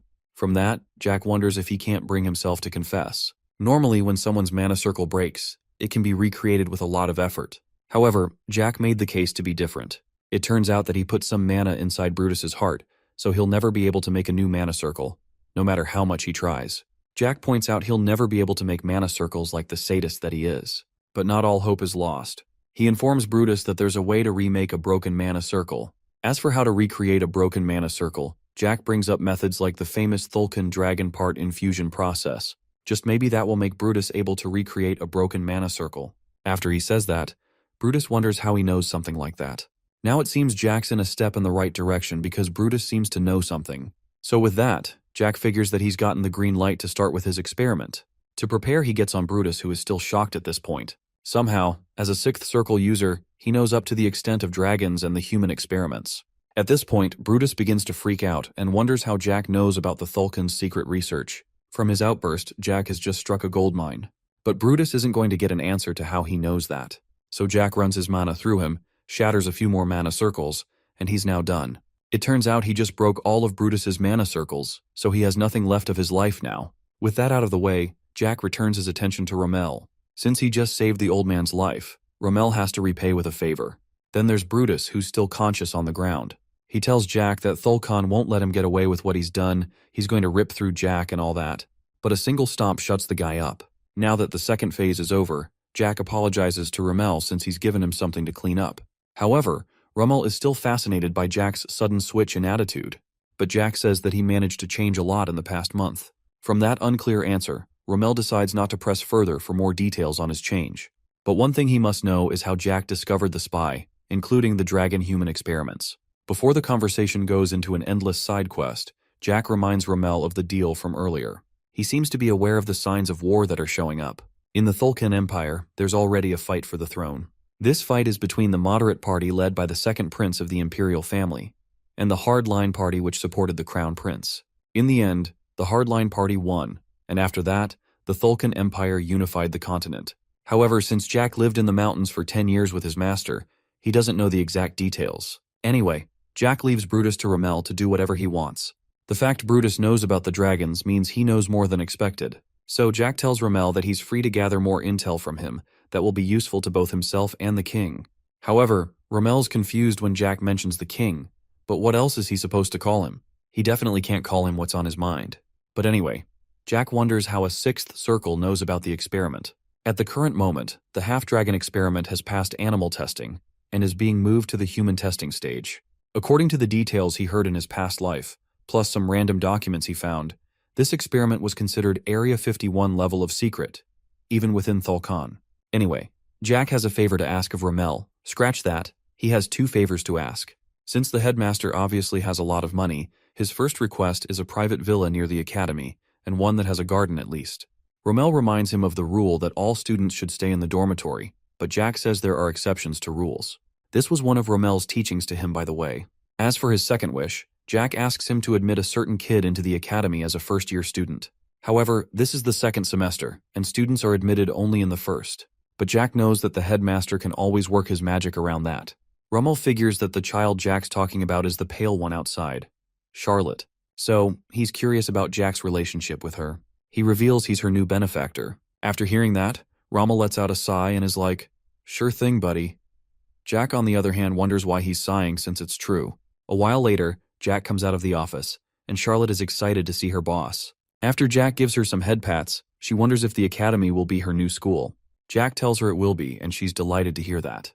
But shortly, her smile turns upside down. Since she looked happy literally seconds ago, Jack wonders why the sad face. It turns out she never expected to attend the academy. Normally, the academy is a place for only humans, and as we all know, she isn't one. So she's upset with this fact. However, Jack wonders why that matters and asks if she's ashamed of being a vampire. But of course she isn't. While Jack isn't in the position to say this, he considers Charlotte's fate to be really unfortunate. Her family, House Royal, ruled for generations. The name alone is a dead giveaway that it was a royal family of vampires. But now most, if not all of them, have been killed, including Charlotte's father. Her mother, Vivienne, was her only family left, but we all saw how that turned out. But even with that, Jack tells her to have pride in herself, and not to get involved in what she is. Regardless of what she is, she's still Charlotte de Royale. And as for Jack, he still intends to keep his word and take care of her. As her benefactor, he's willing to take care of her requests, whether she wants to become a queen or rebuild her tribe. No matter what she's going through, Jack's there to take care of her problems, so he tells her not to think so low of herself again. After that speech, Charlotte becomes a bit nervous, but she thanks him. However, her mother had told her that nothing in the world is free, and she is correct. Charlotte doesn't see anything she can do for her boss, but Jack says it's all right. He plans to ask for something much later, and all she has to do is help Jack with that. With that said, Charlotte promises to assist him when the time comes. Now she's all better. Jack suggests that they do some sightseeing since their manor will take a while to be ready. Anyway, back to the past for a bit. Rommel informs Jack that Charlotte will be admitted either on the current day or the next. As for the manor, it would be ready in 2 hours. However, since it's pretty difficult to look after a huge villa alone, Rommel offers to send in some housekeepers. Jack thanks the old man for this act of consideration. However, he believes it's an excuse, and Rommel's actually trying to keep an eye on him. But it doesn't matter anyway. Jack spots one of the rare moments his master is smiling. He wonders why she looks so proud. Valentine found what Jack said to Charlotte earlier to be nice, and discovered that he places more value on identity. She always thought he was just a twisted individual, but it's nice to see that part of him. After hearing that, Jack decides to take that as a compliment. Shortly, they come across a dude who seems to be training his heart out. Jack figures it's nothing that concerns him, but Valentine tugs his ear and wants to watch him, so Jack agrees and they all take a seat. After receiving Valentine's odd request, Jack takes a look at the dude. He appears to be 17 with a pretty good physique, then Jack goes for the mana check. After scanning him, he's surprised by what he's seeing and wonders if it's for real. Jack is completely surprised after looking at the mysterious person's mana. He's a second circle user and only has the potential to become a fourth circle user. Jack's disappointed after seeing such level of mid and wonders if Valentine's interested in him. He's not afraid he'll get replaced as Valentine's student, but Jack wonders why she seemed interested in the guy. She's also aware that the dude's potential in mana sucks, but there's another thing she notices about him and asks Jack to guess. However, Jack figures it might be his physique, but he's completely wrong. Some more time passes and the crew watches the dude training. Charlotte notices that he has been training so hard and looks ready to collapse at any moment. On top of that, he looks like he also sustained a few injuries while training. Jack notices this. Then Valentine asks again if he knows why she took an interest in him. After a second look, Jack notices he's had his mana circle broken. Again, recreating a broken mana circle is pretty much impossible. However, this dude seemed to have recovered all by himself. Even though he may not have good potential for mana anymore, Valentine notes that he has a strong willpower. She considers adding something else to that, but changes her mind. but Jack may have an idea of what she wants to say. While he does have a good work ethic, that's not why Valentine's interested in him. Apparently, the foundation of dark magic is death, destruction, resentment, and revenge. This dude didn't just regenerate his broken circle with sheer willpower, but also thanks to his tenacity. Underneath all of that is a deep hatred. So with that, Jack goes to meet the person. The person notices him and asks what's up. Jack then gives a few friendly swordsman tips, like how he's gripping his sword too hard and how his footwork needs some polishing up. Finally, he points out the fact he's thinking about his broken mana circle a lot, and the guy is shocked. But Jack adds that dwelling so much on it will only weaken his defense. After that critique session, the guy wonders who Jack is. But he on the other hand says he's just a guy watching, and wonders if the student gets beaten up, regardless of his physique. With how nervous he seems after that question, that might be the case. Anyway, Jack hands him a grape-flavored potion. Why is he giving it to the dude? Just because he can. As for how he got a hold of something like that, he robbed Gonzalez earlier, and now he's loaded. Next, Jack asks for the guy's name. After a bit of hesitation, the dude introduces his name as Tanos, but with way less purple. So with that, Jack wishes him luck with recovering his Infinity Stones. Before he leaves, Tanos wants to know who he's talking with, so Jack introduces himself to him. And with that, Jack heads out. Hopefully they'll meet again. On one hand, there's Valentine who doesn't resonate with Jack's cool display, and on the other, there's Charlotte who still thinks he's cool. So obviously, Jack responds to the more positive comment. Tanos takes a look at Jack who's venturing into the distance, then it finally hits his brain with 999 ping. He realizes that the person he spoke with was the Jack Valentier. The man, the myth, the one and only waste of House Valentier. Well, those are the rumors our friend Tanos heard, and there's no way he wouldn't recognize him. In fact, he was such a legend in the academy, getting unrivaled scores of all zeros in his first semester. So with all those facts, Tanos wonders if he misheard the boy's name from earlier. A while later, Jack arrives at the Azenbul Duchy near the academy. It's a place where the honored guests of House Azenbul stay. So with that, Romel's errand boy had assigned some maids to take care of Jack, and his name is John Doe. Yep, that's the same default placeholder name that Dynastismo, the leader of the Fire or Red or whatever ant mercenaries.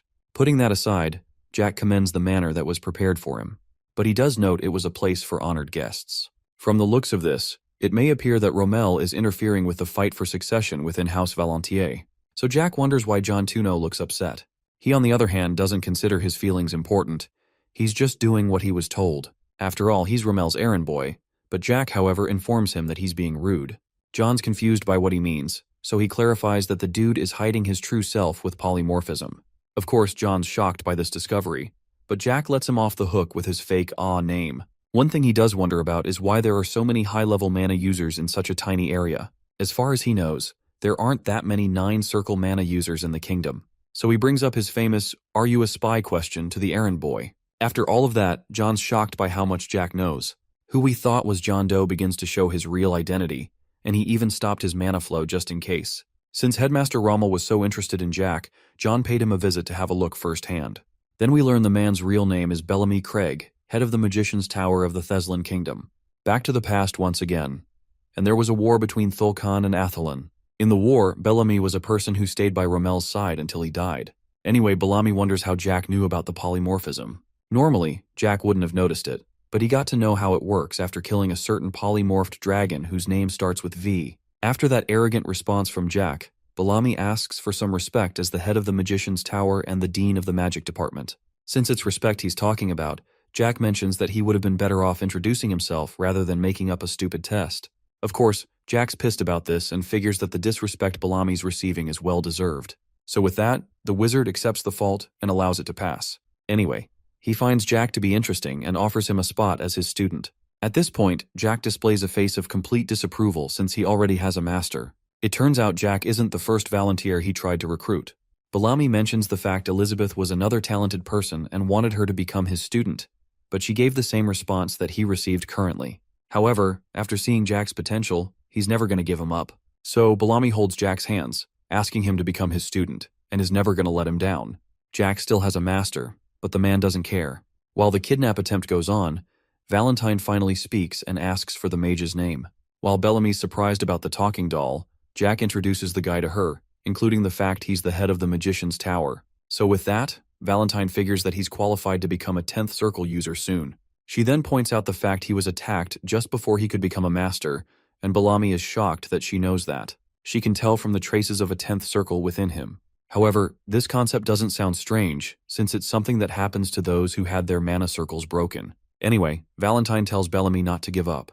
Even though it's impossible to grow at his age, he still has the potential since he nearly made it before. After all, the Magician's Tower is a place for those who don't give up, and he has to live up to his title as head of the tower. After hearing that speech that sounds like it's from a self-improvement podcast, Bellamy wonders who the doll is. But Valentine believes he's better off not knowing since she's merely a relic of the past. With that out of the way, Jack wants to head in since Charlotte's waiting, and he tells Bellamy that he would like to see Rommel on the first day of class. After all that, Bellamy heads out and Jack has managed to stay away from the wizard's tower. On the other hand, Valentine thinks about how this life isn't balanced. Some work hard and have very low potential, while others live with so much talent but don't realize it. So she didn't want to pass by without saying anything. After delivering such an interesting lesson, Jack's upset she won't teach him anything.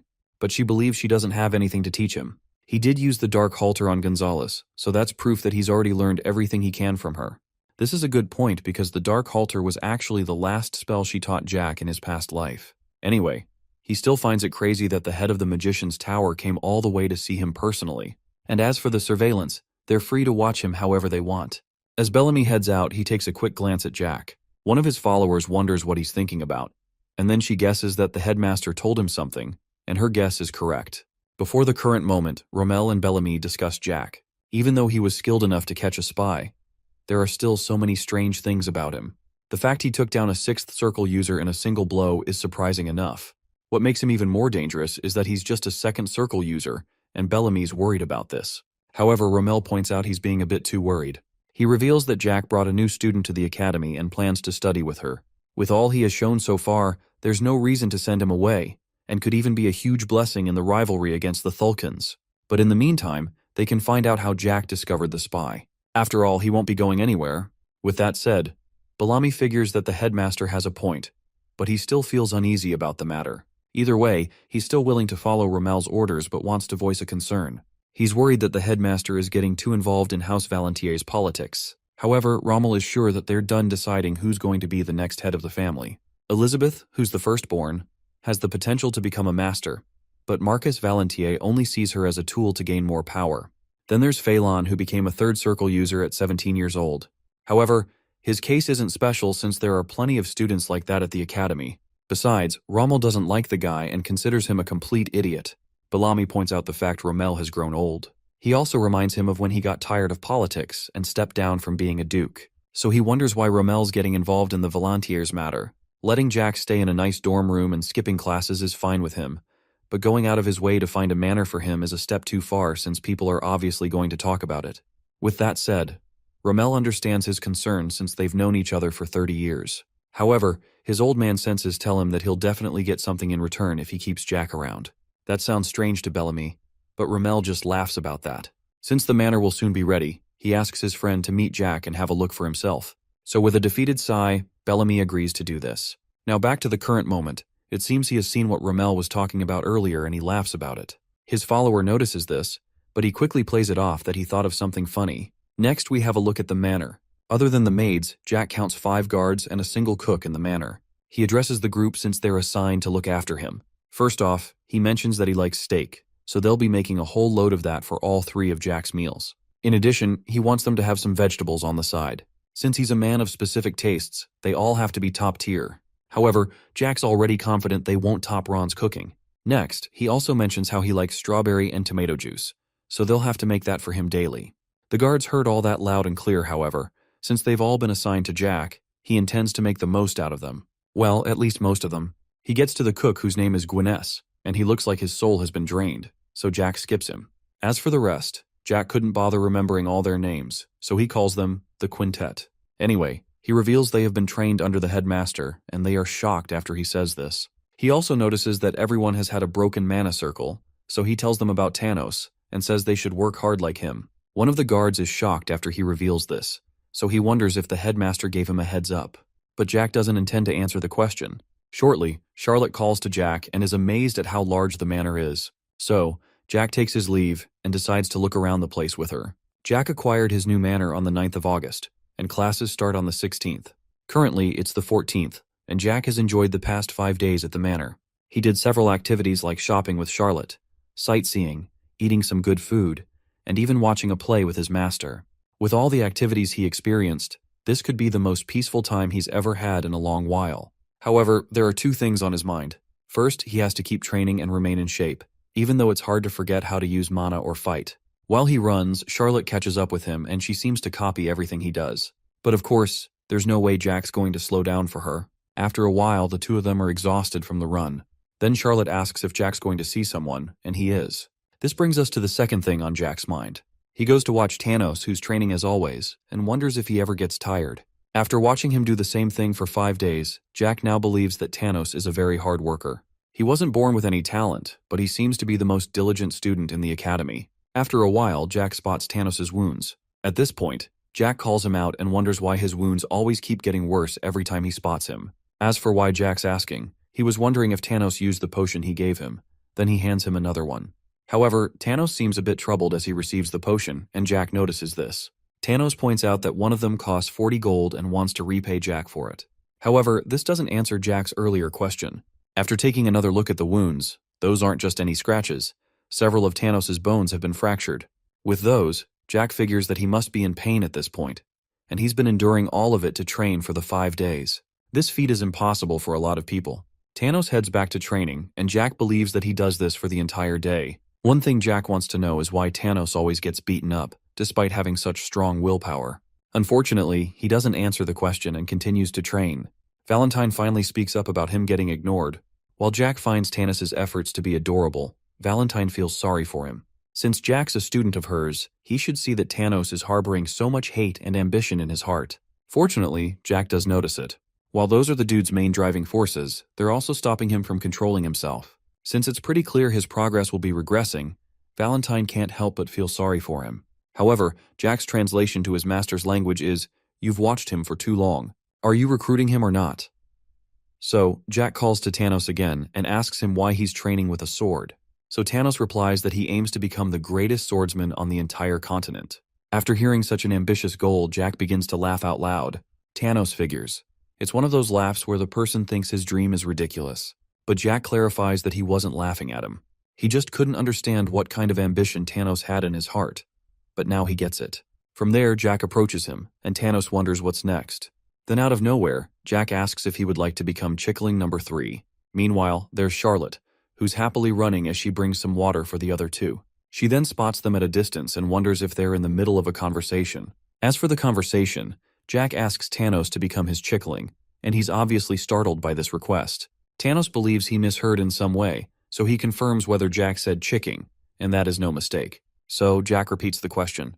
However, even though Thanos doesn't know what that means, his instincts immediately tell him that it's probably not good. Jack notices that he's on his toes, so he rephrases the question using a more harmless word like freeloader. However, Thanos has been pushed beyond the depths of confusion at this point, so he tries to clarify what Jack means by that, believing he's talking about being a vassal, and Jack says it's something similar. Thanos doesn't believe he's a worthy candidate since he's a commoner, broke, and pretty much has nothing. However, Jack doesn't seem to care about that. Thanos knows the rumors around House Valentier, but he points out how Jack seems to be much different from them. Obviously, Thanos has heard of him as a student of the Academy, but still, Jack doesn't seem to be concerned. In the end, Thanos asks him to search for another person as a vassal, since he doesn't think he's worthy enough. Apparently, he seems to be worried about Jack. But anyway, Jack reminds him of the dream he has to become the best swordsman that no one ever was. So that would mean Jack will get to have the greatest swordsman ever as his vassal. But the fact that Thanos believes he'll be useless just shows how unlikely he thinks it is to reach that goal.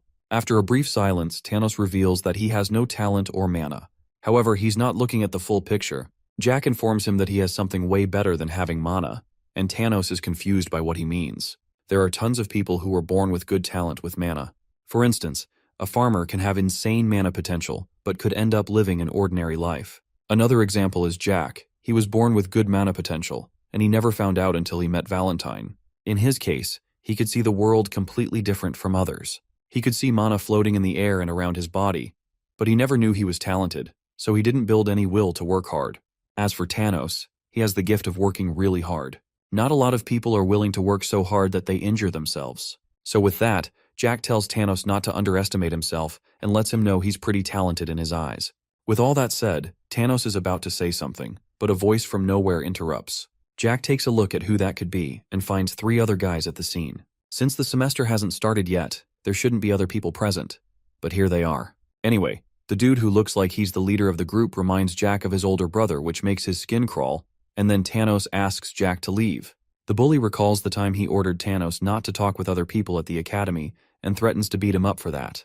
On the other hand, Thanos wants to attend to personal matters, so he asks Jack to leave once again. But Jack realizes that the wounds are from the random bullies, and he's about to go sicko mode. Now the bullies discovered the source of Thanos' potion from earlier. Jack wonders how he knows about it. Then he connects 1 and 2 together and figures that they snatched it from him. After hearing that he got robbed, Jack wonders why Thanos would allow a band of pests to walk all over him like that. However, the bully leader doesn't seem pleased with that tag. For the 1000th time, Thanos asks Jack to leave, but he's not going anywhere. Since the 3 musketeers were the ones who stole the potion, it's now Jack's business. Next, he points out a couple of guards hiding and tells them to come out, but there is no reply. While the person whose name I don't know doesn't seem to notice any guards, Jack has decided to beat up the small fry bullies and make them come out. At this point, Jack's motivated by the power of friendship and wants to become friends with the future greatest swordsman that has ever lived. There are 5 real marquises in the Thessalon Kingdom. This time, we're not looking at titles given to Mana Circle users, but actual nobles with land. Out of those 5, there's House Hermann who rules over the eastern region, and the child there is a problem. His name is Dietrich Hermann, the same leader of the bullies from earlier, and he will be graduating from the academy soon. His issues all started at 13 when he killed a maid. At 14, Bro started doing drugs, and at 15, he's been focused on pleasure. Even with the rumors about how he sold drugs, he had a bright future ahead since he was the eldest son of House Hermann and was on the way to becoming its successor. However, his absolute control vanished at the academy. There were too many people watching, plus all the other children were from noble families like him. So he set out to find someone who'd be a punching bag, and the perfect candidate for this was Thanos. He was a commoner who didn't even have a family name and got admitted through questionable means. So with that, he called to Thanos and without further ado began to assault him. Of course, Dietrich was enjoying himself until he felt a crunch after another kick to Thanos. It was the sound of a bottle breaking, and not just any bottle, the potion that Jack gave to him. After seeing this, Dietrich believes that commoners shouldn't be carrying potions, and he beat the commoner up with a stick while Thanos braced for impact. And that's the story of what happened. Now, Dietrich and his gang are on the receiving end from Jack. They try to attack, including Dietrich using his stick of the past, but Jack easily counters him. While he casually destroys the victims, Charlotte and Valentine aren't even surprised at this point since it's a usual occurrence. Meanwhile, Thanos tries to make out what happened. With that out of the way, Jack's a bit tired, but satisfied, and figures that he has to increase his stamina. But there still seems to be some life from Dietrich, who's outraged by what happened. However, Jack points out that his guards still aren't coming out, and they are shocked at their hiding spot after hearing that. Dietrich still doesn't know what he's talking about and threatens to contact his family, but Jack stomps his face on the ground since he talks too much. Even with that, the guards still don't want to come out. So Jack threatens to attack again, and this time, they finally reveal themselves. With how late they showed up, Jack figures that none of what they're seeing would have happened if they had shown up. Anyway, Jack seems to have attacked some important figure who he doesn't recognize. But Thanos informs Jack of who he just beat up. After that, Dietrich doesn't approve of Thanos calling out his name, but another kick from Jack shuts him up. With Dietrich out again, Jack gives the guards 3 seconds to explain why Thanos was attacked. But at this point, the time for talking is over, and a guard lunges at Jack with razor-sharp claws. Jack dodges this, but he hears another guard reciting something for a spell and is shocked about it. He recognizes it as the most advanced spell for a 6th circle, the mass destruction spell called Explosion. So with that, Jack figures they're planning to blow up the entire arena and everyone in it to smithereens. But if you ask me, that sounds pretty stupid. However, Jack figures they're quite the scoundrels for this. The fact these people want to blow up the entire area is crazy. However, Jack has something up his sleeve as well. He can make mana flow backward using one hand, so he clenches his fist and the guard's spell begins to tweak out. Then he gets a face full of explosion. Of course, this was Jack's doing, and it happened just the way he wanted. After that, guard number 2 charges again and attacks, but Jack dodges the attack and points out he's using his right hand again. Then Jack counters his incredibly simple attacks with a punch to the gut, and that seems to be a critical hit. During the ruckus, the guard draws a dagger to attack again, but Jack kicks it away from his hand. While he's recovering from that, Jack quickly gets behind the guy and traps him in a chokehold. One struggle later, the guy passes out and that's another problem taken care of. The other guard who was blown up wonders how a child managed to beat them all. On the other hand, Jack notices that all the mana in his body has been entangled. He finds it pretty stupid that he tried to use explosion in the academy of all places. The guard who's still on life support at this point is curious about how Jack stopped his spell, but Jack interrupts him since he doesn't have to answer that. He'll be the one asking the questions, so he asks the guard why Thanos was beaten up. The guard remains silent, but Jack doesn't need his answer anyway. He's sure they messed Thanos up because he's a commoner, which meant he won't be able to fight back. Anyway, Jack asks for compensation for his stolen potion. The guard informs him that this chaos caused by one potion can make House Herman become his enemy. But to Jack, that single potion is more important than whatever House Herman wants to do. Normally, the potion costs 40 gold, and since 5 days have passed, there's going to be an interest. A few calculations later, the total amount Jack will take is 5,000 gold. However, he knows that a bottom-line guard like him can't cough up such cash. So he stomps the guard's back and heads over to his next target. Jack approaches Dietrich, who looks terrified, but luckily, Jack isn't going to beat him up anymore. However, he wants to collect all the loot he has. Jack has pretty much hit the jackpot. He gained 3 checks worth 2,000 gold each and a pouch of 60 gold. At this rate, he'll be making it to the top of the Forbes list. With how much cash he gained, Jack considers Dietrich lucky to have such cash. On the other hand, Dietrich wants to know who he's dealing with since he's never seen anyone who has given him such whooping. Jack then smiles and pats the guy's head. Even though the time for introduction is long gone, he introduces himself as Jack. Dietrich is shocked to hear this and instantly recognizes he's the one from House Valantier and Phelan's brother at that. From this, it appears he's a friend of Jack's older brother. It's not a surprise given that both of them are equally jerks. Normally, Jack doesn't like to mess with kids, but people like Dietrich here are an exception to this. Jack puts his foot into Dietrich's mouth and figures he's pretty much useless without him using his family's name as a get-out-of-jail-free card. On top of that, he's a 4th circle mana user, and all his circles were gained through mana transplant surgery. Dietrich's the kind of guy who's been spoon-fed everything he owns, and all he can do is torment people who are putting in actual effort. He's very lucky he's still a child. If not, things would have gotten pretty dark for him. Then Jack reminds him of his name, and even gives him his address in case he wants a rematch. However, he'd better be prepared to sign his death warrant if he shows up. Of course, Dietrich is frozen in fear after hearing this, and even wets himself. Now that's done, Jack wants to leave and calls Charlotte. As for Thanos, the offer still stands, and he can come over if he's interested. Apparently, the half-alive chef is much better than Jack's expectation, so he also invites Thanos for a meal. But Thanos doesn't exactly know what to do next. Jack then remembers the firework festival that's coming up at night. The fireworks are just explosion spells fired at the sky, and the question is if Jack will go to see them. A festival is usually held in the Azenbul Duchy 2 to 4 days before classes start. This is normally held to welcome new and returning students to the academy. If we forget what we saw earlier in the day, the academy is a prestigious one. Several officials of high positions in the kingdom all graduated from the academy. This includes the king, queen, princess, a duke or two, and the list goes on. People who graduate are set on the path to success. However, things may not be like that for long. According to Jack's memory, 4 or 5 years later, the Thessalon kingdom will be defeated. However, Jack wishes they'd get wiped out sooner. Valentine expresses her disgust, and Jack is surprised by this. He hopes his master didn't hear his wish, or even worse, read his mind. But luckily, she's talking about the so-called prestigious academy. After experiencing that assault, she's disappointed that all the supervisors in the place are just for show. And this is supposed to be a place that'll raise the people who'll run the kingdom. It turns out she's the founder of the academy, but she expected something like that to happen at some point. The supervisors usually aren't for decoration, and they make sure students obey the rules. One rule states that all students are equal in the academy, and another one states that the academy mustn't get involved in politics. As time went on, those rules were forgotten to time, and the remaining officials did whatever they wanted. While that's disappointing to Valentine, she points out that Jack's still hiding more things, like the whole info about dragons and the Thulkan Empire. Seeing where she's getting at, Jack asks if she wants to hear the long story about that. Rather, she smiles and then changes her mind about hearing that story. Shortly, the fireworks start and they light up the sky. While all the dancing and festivities go on, Jack takes a moment to appreciate the peaceful moment. After a while, Charlotte gets curious about how her boss is such a skilled fighter. Of course, he gained all his skills from having lots of experience. From that reply, she figures that Jack must have killed a lot of people to become that good, and this confirms the fact that Jack's from the future, or rather went back 20 years in time. This conversation reminds Jack of the one he had with Ron, who's still traumatized after hearing he'll die an untimely death. Anyway, This is the first time Jack's ever meeting with Charlotte. He rarely visited Azenbul in the past, and he never saw her until the time they ran into each other. In fact, he has never seen a vampire outside the Forest of Monsters. On the day Vivienne died, Velactus wanted to kill Charlotte as well. This means it's likely that Charlotte died in Jack's past life when she was 10.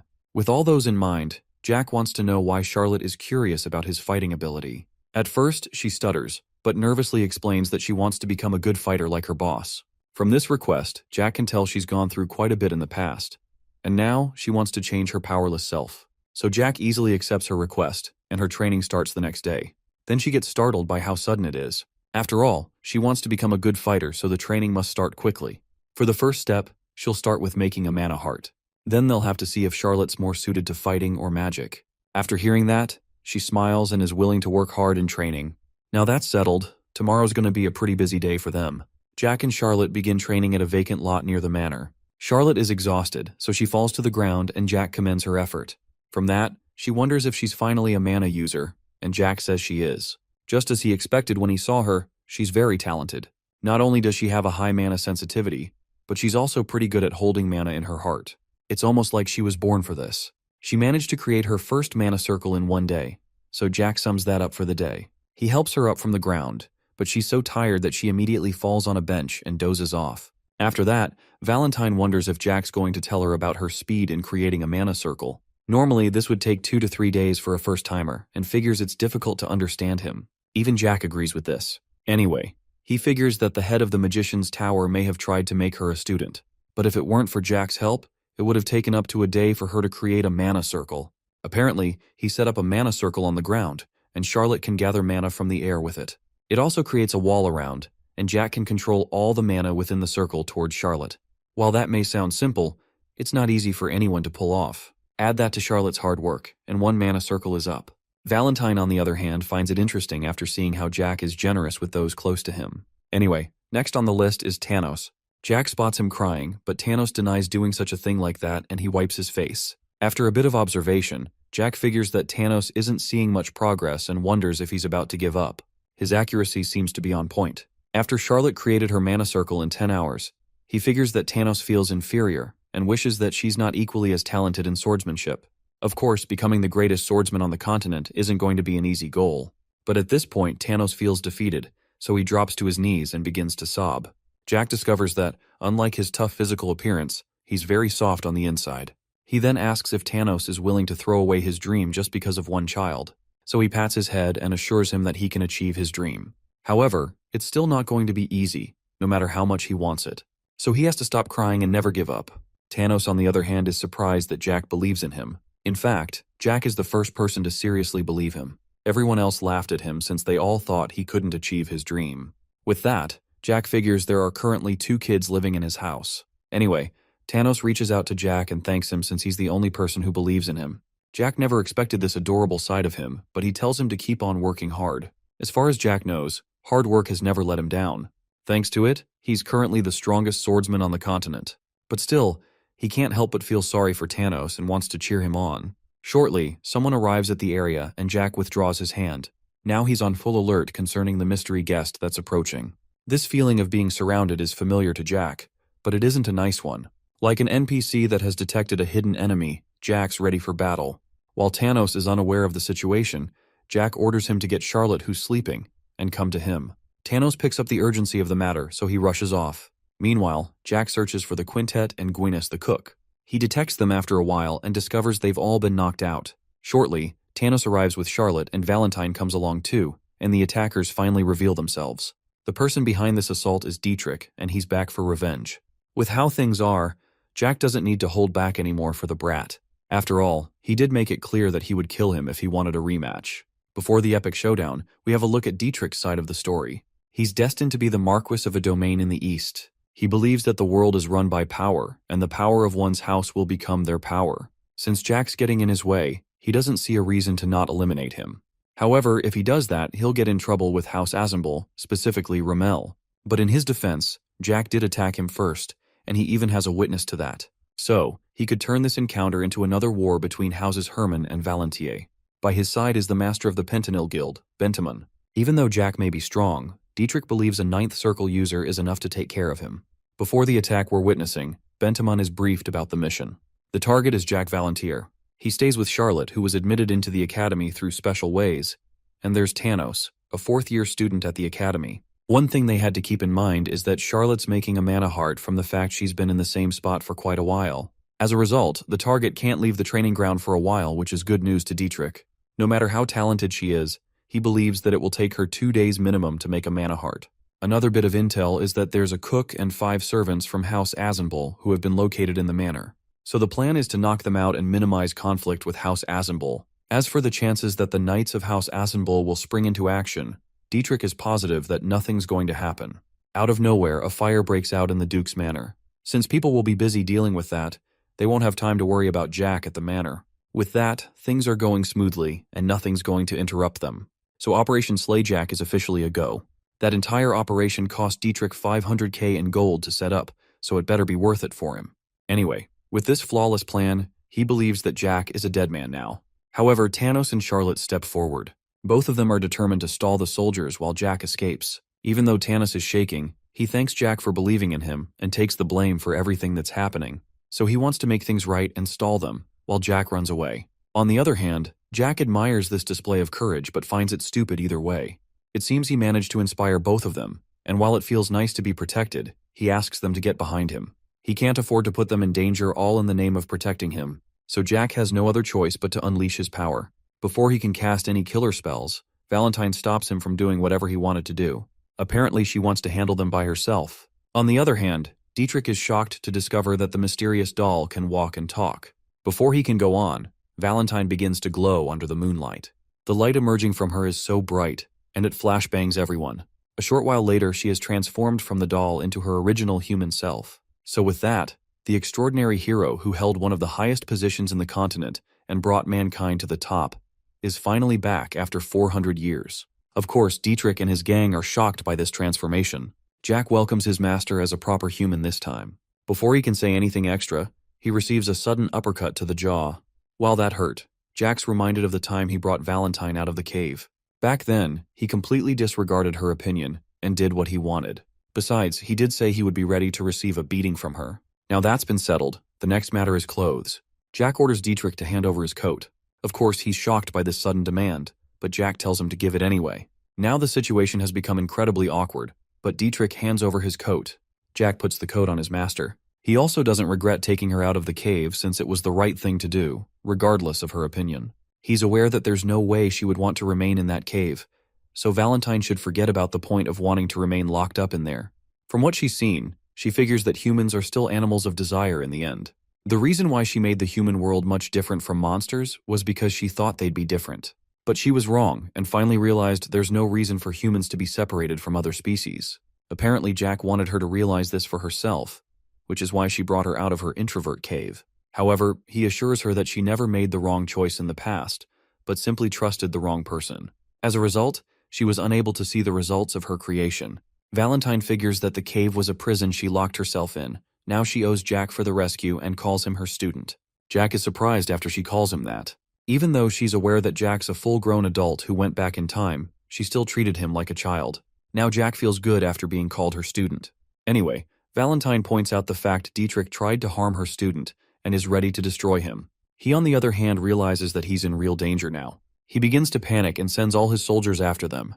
Before they can get anywhere, Valentine has already cast her spell. She summons some giant skeleton-looking thing from the ground, and it's over for them. Somewhere in the Thulkan Empire, this spell's enough to bother some guy who's enjoying a glass of wine. His servant calls him Henkes, the man who'll become the strongest swordsman in the Empire, and wonders what happened to him.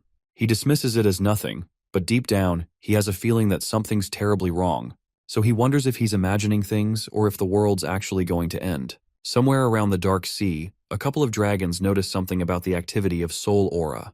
They can tell it belongs to none other than Valentine. However, our friendly neighborhood dragons have a score to settle with her, including one that she put a soul restraint on. Anyway, they're impressed that a human managed to live for 400 years. Now the next question is how long she plans to rule over the world. Back on the battlefield, Valentine summons some kind of Giga skeleton thing. Even Jack doesn't know what to say about what he's seeing. The thing lets out a screech that can be heard across the battlefield and beyond. Dietrich is at a loss of words for what he's looking at since he's never seen anything like it. Shortly, the soldiers begin to disappear. almost like Thanos finally found the Infinity Stones and snapped them out of existence. Then it gets to Dietrich's turn, and his legs begin to disappear. At this point, he realized what he had just seen was death, straight up. Now that he realizes he's about to die, he begins to panic and freak out. Then death reaches out for him. Dietrich is terrified, so he begins to bargain for his life.